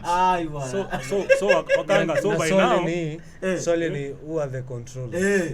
Who controls what is right and what is So wrong. watch, let me try to summarize what you guys have said today. Mmesema kwanza kabisa dunia ni flat. Hapana. Nini ingine? Mmesema cancer iko na dawa. Mnasema nini ingine? We need to know what you say so that Unaweza dawa. Unaweza pona kaswende bila. Umesema black people are God's favorite. Umesema Biblia ni you are the chosen ones. What else? This is how na kuna mtu ameenda moon. Bro, unajua unafaa muelewe. Wakanga pia mimi nakubaliana chenye pia unasema that at some point it shouldn't matter. You see, the main problem that we have in the world is that there are groups of people that believe genuinely that they are the chosen ones. Yes. That is the beginning of the problems. Hii ndio sida inatoka hapo. Sida yote inatoka hapo. So when it gets to the point whereby now you the Africans now think now you know and you are sure now that you are the chosen ones. Oh, hell is going to break. Come on. Nile pride. Pride the first seed, the pride inaingia. Because now you see some countries like kama Rwanda saizi mahali imefika imedevelop bro. Mama technology inafika mahali. Sasa imagine Kenya pia imefika hapo kidogo, Ethiopia imefika hapo, South Africa imefika hapo. Alafu sasa West now wameanza kucollapse kwa sababu ya their evil ways. Okay. So now you are guys, now you are in charge. Now you own these weapons. Kitu itafanya West kwanza i-collapse. Ni but na feel kama tuko more responsible kuliko nothing. Hakuna kitu itafanya collapse. At least it's time to collapse. It's time to collapse. It collapse simply because of numbers. The West. Okay. Their numbers are dwindling. What if overlook hiyo kadi ya numbers? Wanapungua. What are German people? German kizazi numbers. Wacha nikwambia the main reason ya hizo numbers racism. Because now if you think your race is superior and you don't want to inbreed, you need to interbreeding within among yourselves. I don't think it is this. Breeding with others inaitwa crossbreeding. If you don't crossbreed, you will collapse. Okay, kitu kama Germany hawataki exactly kwa sababu Germany hawataki kuza. Juu wao they feel na Africans wamejaa huko. But nikwambia kwa nini wanga crossbreed. Exactly. Now sasa hiyo ni racism. Hiyo sasa ndio inaitwa racism bro. Nakuuliza. You cannot stop an idea whose time has come. Some of these tribes that you see in Africa are were not there originally. Exactly. Unaona? Exactly. Ni watu tu waliintamari alafu wakakaa pamoja. Waembu unapata Waembu ni Wakamba na Wameru. Unapata? Wameru unapata ni wa Borana na wasi fulani. Waliintamari nani aliointamari? You have to be open to sex. You have guys, if you want to see your generations. Nani waliintamari wakatoa China? Sioni mu Afrika? Kuna Afrika wale wa South Africa. So nani waliintamari kwa China? Pia kuna Waindia hapo. Red Indians. But originally tuchukue mu Afrika, Muhindi, bro, amnisikizi. Unaona wa South Africa, wale wa South Africa wanakuanga na macho iko hivi. Ile tribe ya gods must be crazy. Ile inaitwa Khoisan.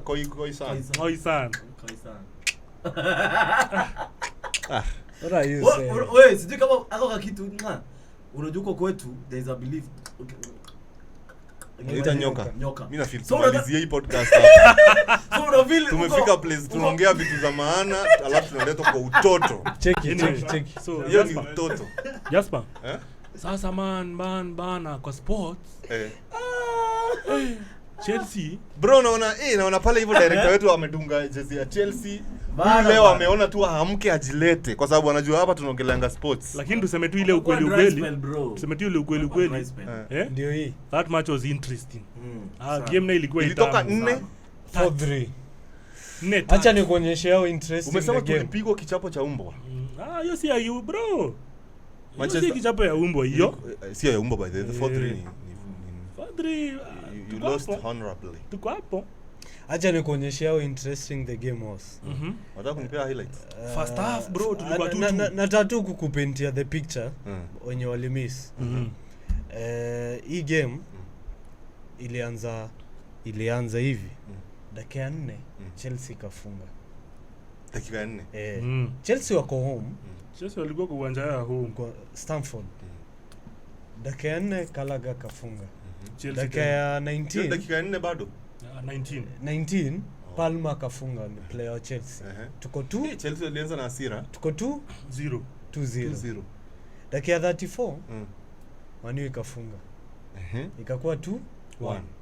Dakika 39 Bruno akafunga. Ikakuwa 2-2. Tukaenda half time. Hiyo bayapo sasa imechacha bro. First half 2-2. I like that. 2-2. I like that. Hiyo game ilikuwa interesting. Tukarudi second half. Manu ikapiga sub 3 za chap zile za 46 66 toka ingia. So squad ikashika moto. Kupiga tu sub ya 66 67 3-2 Manu ikafunga. So Manu imecome from kumaanisha 0 after hii half time ikakuwa 3-2. ni kama kuna kitu wameambiwa. Sawa? Manu ikashikilia hiyo win hadi 90. Kufika 90 hiyo ni 3-2. Manu iko mbele. Chelsea nikaishaanza kuaccept tumepigwa. Hii imeenda. Wakaongeza 8 minutes. 8 minutes kwa na ka injury Chelsea ikapata pena. Ikakuwa 3. Dakika 90 plus 11 4-3. Hiyo ni Chelsea. Hiyo ndio game iliisha. Nataka That was an interesting game. whoever tells you 2 minutes ni kidogo In football. No. In everything. Akanga anataka mkwe specific juu kama anapitia hiyo kitu. Bwana 2 minutes ni mingi. Ni mingi sana. Chelsea ili come back na 82 seconds. Unajua 82 seconds. Bao mbili in 82 seconds. Okay, kwani Onana bro, lakini kuna mahali nimefika nimerealize Onana pia si eti yako down bro. Unaona defense yetu. Unajua kwa EPL mzima kwa EPL mzima hakuna goalkeeper mwingine amesukumiwa mashots kama hiyo kama Onana. Wenye wame defense yenye imekuwa fit kabisa na kuja kuwa na goals on target mingi hii season ni Arsenal. Man U bro nikaa sa defense ni ya bure kabisa. So shots si kuja tu. Shots tu. Ni so, defense mnatafuta. Sasa Nini tuongee. Unadhani Man U hawana defense? Swali ni ni nani hayuko? Hata wapewe nani? Hata mpewe nani? Martinez hayuko, Malaysia hayuko. Bro tuko na Maguire ndo ameshikilia. Swali ni hiyo game ingeisha 90 plus 2. Ningesema mko sawa. 90 plus 2. Zi bado bro kama hujarealize kwa sababu mngekuwa 3-2. Ona kama hujarealize kama mngewini hiyo game inaisha. Inaishanga hivyo. Inaisha. Haran kama ungekubali leo Man U ingekuwa inasema jibu swali. Mungesema defense ni mbaya kama wadau kama mjairi kama nyinyi unajua nyinyi hamjui mafans wa Man U vile wanaongeaga. Mafans wa Man U huongea bro kama Man U tunaweza ongea hivi saa hizi na everybody knows Manchester iko down. Hiyo ni kulingana na historia ya Man U. That is Man U bado tuko down bado, lakini bado sisi we average ka number 6. Ni kuprove venye unaona ka number 6 ka number 5 unaona sasa hebu imagine sasa Man U ikiwa Man U tunaongea hivyo tunajua tuko down. The good thing ni ati we are imagining tuko down. The good thing ni ati we are imagining. We are in the fantasy world. We are in fantasy. Now let's come back to reality. Reality nataka kuonyesha venye mko mbaya. Yes, sisi kama Chelsea the whole season everyone knows tuko mbaya juu ya number 2 tuko number 12. Jana tumeingia number 10. Ndio ni kuprove Man U iko worse. Man U sasa ni number 6. Imecheza game 30 mko na 48 points. Chelsea yenye mnasema ni week the whole season tumekuwa mbaya tuko na 43. Tuko na game 29. Meaning game tukiwin game next tutakuwa na 40 6. Hamta win. Chill. Hivyo ndo mko down. Sasa ndio nakwambia Hamta win. sasa good thing ni ati Probability. good thing ni ati Hawezi win. hata tukikosa kuwin ni amuwin mnajua Tunatuwin kwa nini? Liverpool. Eh.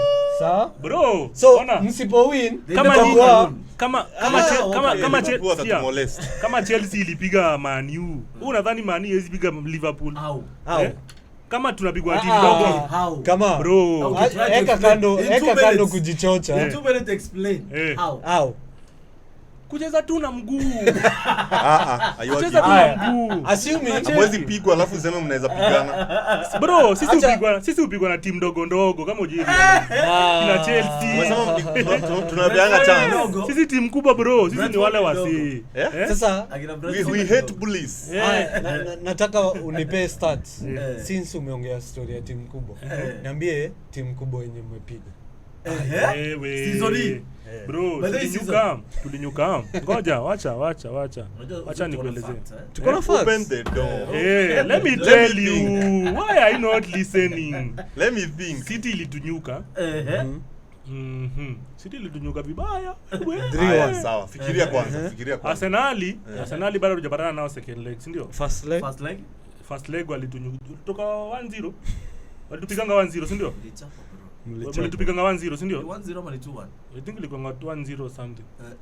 Mlifunga pia. Haya ndio sababu nawaambia get the facts kwanza. Mm. Tusikae kwanza kukumbuka. Ni kama Sasa- tunauliza sasa. All I'm saying is, Eh. unaona wewe kama unataka vizuri on Sunday, chukua rent yako wekelea Manchester United. Wallahi. you'll walk alone Matter of fact, kama unataka pesa fiti, wekelea school fees. Wekelea karo. lakini Eh.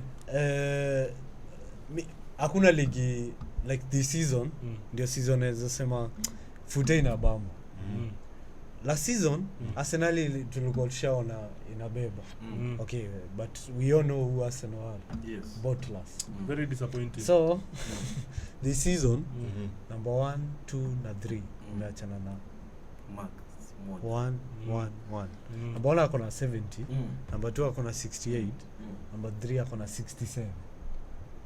67 akiwin Now, ni 70 Anawaruka. Bro, zimebaki game ngapi by the way? zimebaki tuko 30 Eight. na ziu kwa 38 so 8 pekee 8 games so kuna iko conspiracy inakuanga Premier Football League is scripted. inakuanga scripted. there is some Two. sense There is possibility league inaisha 1 point. Then ndio maana number 2 wanamaliza na 1 point. okay Why? hii pia ni conspiracy the fact ina- that Kwa hivyo. hiyo script ni kumaanisha sasa hizo Ina- game zote zimepangwa. juu Ukiangalia by the way, ukiangalia the history. Liverpool ilikuwa wapi Anyway. before Klopp announce kuretire yake Mbele, Mbaya ilikuwa sana. bado mbele bado. Haikuwa mbele. haikuwa number 1 Haikuwa number 1. Arsenal ilikuwa number 1 Lakini si ilikuwa tu hapo. Ilikuwa but- nyuma yetu number 2. Na point Yes. ngapi? haya sijui kama umerealize Point kama Ilikuwa moja. moja, Ilikuwa by the tu way. point kama moja. sijui kama umerealize venye Live wana win game na luck Inakaa kitu scripted hii. like the whole game wamekalia Bro, hata 90 game plus imeisha 6 jana. Bawe- Jana ama juzi. Bro walitoka 3-1. Ile ya Brighton. Hiyo ni luck aje? nataka game ya Nottingham unajua walikuwa 0-0 hadi Dakika ya 90 mwisho. plus ni 9 alafu akafunga Anafunga bao moja. moja the last minute na game ikaisha kuna kalak tu fulani na ndio maana mimi Either there is luck in football. ndio Or maana mimi pia nasema EPL ni scripted. favorites wa queen Liverpool Liverpool obvious. Kuna possibility. But niulize swali. Nyinyi mnaona ni kama wao ndio favorites juu imepangwa hivyo ama juu wako sawa? imepangwa Mimi wako sasa- sawa Sasa Tulisema siamini tu hiyo kama basi. kuna timu iko kama sawa. simulinyuka Liverpool Tuseme kama kuna timu iko sawa. Lakini simuliwachuja FA Tuseme kama kuna timu iko sawa. Man ni City iko City sawa. ni Man City City iko sawa, bro. Man City City nayo. Man City bro hiyo Man timu City iko nao sawa. ni team. Hiyo hakuna timu timu unaona? nyingine iko level ya City bench So, nini Liverpool wote. kushinda hii. Mm. Ai, mimi nitakwambia iko scripted. It's either City ama Arsenal. Lakini si Liverpool. Arsenal nayo tunajua Okay, Arsenal nao pia iko scripted. You Bro, see, lakini kuulize. tunashindangwa, we have accepted because the shit is scripted. Hakuna bro. Kwani mwenye script ameoneaje? But Okay. Ona. Mbona nyinyi mmeona mko namba 12 hata UEFA? Si hatujaonewa. Hatujaonewa juu. Acha nikushomona hatujaonewa. Kuna haja gani ukati dem na hajaienda home? Wakanga, nikwambie kwa nini vitu zingine mob sana zinakuwa almost unexplainable. How can you explain Chelsea right now? I can explain. Oh no, see jokes. I can explain. Kochari wa maana. Players ngori. Can I explain in one sentence? Stadium iko fiti, everything iko fiti. One sentence. Nini shida? Money is not everything. Sasa sijui kama umeona money is not everything. Chelsea imeniprovia money is not everything. If there is a team you may invest, truth be told, transfers in Chelsea. A billion. A billion. Actually a billion. But look at a billion. If that's how you invest, any investment lazima take time kumature. Hakuna investment unaweka sahihi. This is the first season. Haya. Ala. Ndugu zanguni. Ningependa mniruhusu. Yo. Umechekiwa man. Sahau by the way. Yo, nimeongea kama unye nikakumbuka. Guys, get ready. Humble no pambaro. 2027 kuna uwezekano. Urarudi. Moho Kenyatta. Nimecheki hiyo. Moho Kenyatta. It's impossible. Bro. I'm tired. Impossible. Bro. I'm tired. Bro, impossible. Kwanza ni ajue kuongea Kiswahili. Anajua si sio mtoto wake, bro yake. Sasa ule si mzee already. Sawa, haina noma kwani Kibaki aliingia akiwa nini? Ule old, si ndio? Brother yake. Bro yake. So ana trend leo in fact. Get ready. Kupata nayo hii haizi pata hii. Kwa nini? Anaweza. Kwa nini? Kama akiwa wapi? Bro, acha leo Kenya, wewe toka from nowhere utafute kiti ya president atupatiwe. Unacheza nini? Talking of that Joho pia anasema.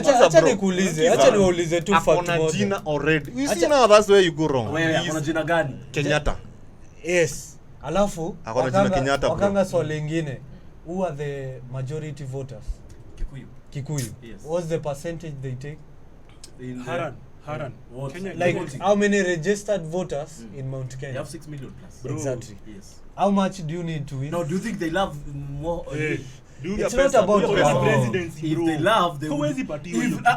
No. Last election. Hata ende asimame gavana Katoro. Who knew Uhuru before 2022? Who knew Uhuru before 2022? Uhuru has been there, bro. Alikuwa project ya nani? Alikuwa project ya Moi. Exactly. Na alipelekwa hivi mpaka kafika hapo. The good thing umerealize a president can be made as a kuuliza nao huyu anaitwa bro anaweza kuja kama project. Project ya nani? It's late. It's already late, bro. Ni mapema. How many years to election? Bro. It doesn't need to win. Nani alikuwa Joka Shagwa? President. Shagwa. Yeye ni deputy sasa hivi bro. Na deputy kwa sababu in case anything happens to the president, who knew him before to bro. Ni pesa. Pesa ndio kusema. Hata saa hii. Hata saa hii Moho mkicheza. We can. Do you think Kenyans are kwani mbona nyinyi ndio kusema? That's where you go wrong. You think they care about your opinion? Wakanga ameuliza swali ati Kenyans ndio anaingia bro. Hakuna kitu mtafanya. Like you bring anyone. Hiyo ndio swali. Kenyans we are That's the question. Huwa naye hizi. Hebu uliza tena ati? Huwa naye hizi. Akina nani? Nikuulize. So because this is the royal family, if you want to put it like that. It is, but it is. Your loyalty. Wakanga, kuna points mbili umekubali number 1. Your loyalty depends on how much money you have, bro. Well, if it's that, then chenye Uhuru alituambia to support, wange support. Why did they not support? Bro, at the end of the day so tunajua pia at the end of the day pia Mkenya anapigianga mwenye amempea do. No, nani alikuwa na deep state? Nani alikuwa na deep state? Ngoja utaona. Kama tribalism ishaanza kupungua kidogo kwa voting. Haijacheza. That's where you go wrong. Uliza Mkale atavotia nani 2027. Lakini wacha nikwambie kitu moja. Haijacheza. Do you know what the last election ilitufanyia Kenya? Kuna kitu ili change. Nini? Exactly. Wacha nikuseme, give you two facts. Kitu kwanza, if you have the government, possibility yao kuwin ni 90. Now this guy at the government, the machinery, everything. Wakanga. What made him? Haya, acha not nikujibu. decide to win? Nikujibu. Haya. Si wote tumetoka ushago. Sawa? Yes. Nani ushaijaribu kuselia? Sasa lazima useme. Ushaijaribu kuselia shosho yako who is baba? Ngumu uiget. Yes. Ngumu kuiget. We all know why. Ushai? Yes. Ulipata na rejection gani? Najua ambazo hazina basics. Who votes? Sikatai. Yeah. Sikatai. Exactly. Unaona unyonge simamisha mse mwingine. Unaona hiyo ange win. Cheki. Hapana. Lakini wacha niwaambie ukweli. Unaona hii meza mngenisikiza tu last elections. Hatungekuwa mahali tuko sahi. Kwa nini? Ulisema ulivote kwanza. Tungetoka tu. Mimi vote. Wapi? Bro, mimi vote. Ulipitia pita kidogo. Nilitoka masaa jioni chap nikakimbia nikafanya line yangu haina mtu. Ulivote. Sasa hiyo si ni siri yangu. Si siri yake. Sasa nianze kusema hapa nilivotia baba. Hiyo time unajua ametuambia amereform. Nianze kusema hapa nimevotia baba mimi. Si ametuambia sasa ndio amereform. Of course tunajua ulivotia nani kwa sababu umetuambia madhara hii kitu iko safe mind. Lakini wadau so unaenda kwa watakoya. Ona. Jasper. Jasper about bro. Jasper. Bro, mimi sijui kama nyinyi mnajua siasa ya Kenya vile iko bro. Kuna vitu zingine unaweza pewa hivyo tu lakini kiti ya presidency huwezi tu kuja. At the end of the day, wacha niwaambie. At the end of the day, sikia bro, sasa tunaongelea mohoho. Nilikuwa nataka kusema aje? Anaweza kuja kuwa president, lakini unaona incoming elections. Bro, hata apande nini? Hawezi. Next time hiyo ni kitu impossible. Sasa nataka pia u respect the fact that it's just your opinion. Hiyo pia ni opinion yako. Na kama nataka u respect the fact that tunaongelelea huyo msee saa hii na tukao tunamongelelea last year. Sasa nini wamefanya yenye imetuweka kwa conversation kumjua Kenyans we make our own mistakes. We make our own mistakes. For example, we are bullies online. We have a culture of bullying which comes from our backgrounds, where we come from. Another mistake that we make is that we disrespect Baba. That is one of the biggest mistakes that we make in Kenya. We don't take time to understand who Baba is and what Baba stands for and what he has fought for. And why we are so Baba blinded by our tribalism. Lakini wakati Baba atatuacha ndio mtabaki mkijua Baba ni nani. Sasa ameenda EU. Hiyo story ni ukweli though. Hata Baba akienda ndio mtajua Baba ni nani. That's the truth. Okay, tuseme. Sijui kwa nini nikiongea na hiyo accent. Wewe unataka kulia. Naesa lia sahi kwa sababu hamjui Baba ni nani. Cheki. Na mbona si baba yako? Na bado namuita Baba. Bro, baba nyie mjini. Bwana Baba ni Baba. No, for me I believe in life lazima kukuwe na watu kama Baba. Hata wataona kiti lakini Hapana, wewe ndio umemweka hapo. Wewe ndio umemweka hapo. Wewe ndio umemweka hapo. Nasemea babangu. Sasa hiyo ni ignorance. Nasemea babangu. Wewe ndio ni action yako wewe mwenyewe ndio umemweka hapo mali yako. Si amemweka hapo, si amemweka hapo Jasper ni wa Kenya. Yeye na kura yake ni wa Kenya. Nasema ni baba. Yeye ni Uganda. Vote bro. Hata akivote hakumvutia. Bro, mimi nasema babangu. Unalizwa babangu amepigania uhuru wa Kenya. Na mpaka sasa hii ana shamba. Baba anapigana na uhuru wa Kenya. Ndio swali. Nyanyako, Jomo Kenyatta akishika mashamba. Nyanyako alikuwa wapi? But to be honest, apart from Kibaki, Uhuru pia was one of the best, coolest. Not even the coolest. Cool. Not the best. Not the best. Times were tough. Times were tough. No. And he tried. Thumbs up for infrastructure. Times were tough and he tried. Yeah, Ali tried. Wadau. Bro, kwanza barabara in Kenya. Bro. Nataka muimagine. You guys know. Nataka muimagine COVID ingekuja tukiwa na bro. Na hii gava sahi. Bro, unajua Uhuru bro alichukua kiti kutoka Kibaki. What are you talking about? Times were hard. Times were hard bwana. Bro, huu mse akichukua gava. Alichukua from Kibaki. Alipatiwa kitu safi mzuri.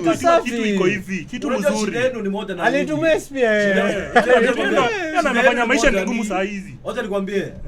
2050 life will be tougher than now. Ndio maana tunasema hata laumu president atakuwa time kweli. Ndio maana tunasema he was cool but not the best. Do you know sahi mafuta mkate ukienda huko kwingine like in America mkate inauzwa expensive kuliko Kenya. So we should wake up and work hard knowing that Jesus is black. and earth is flat. And the earth is flat.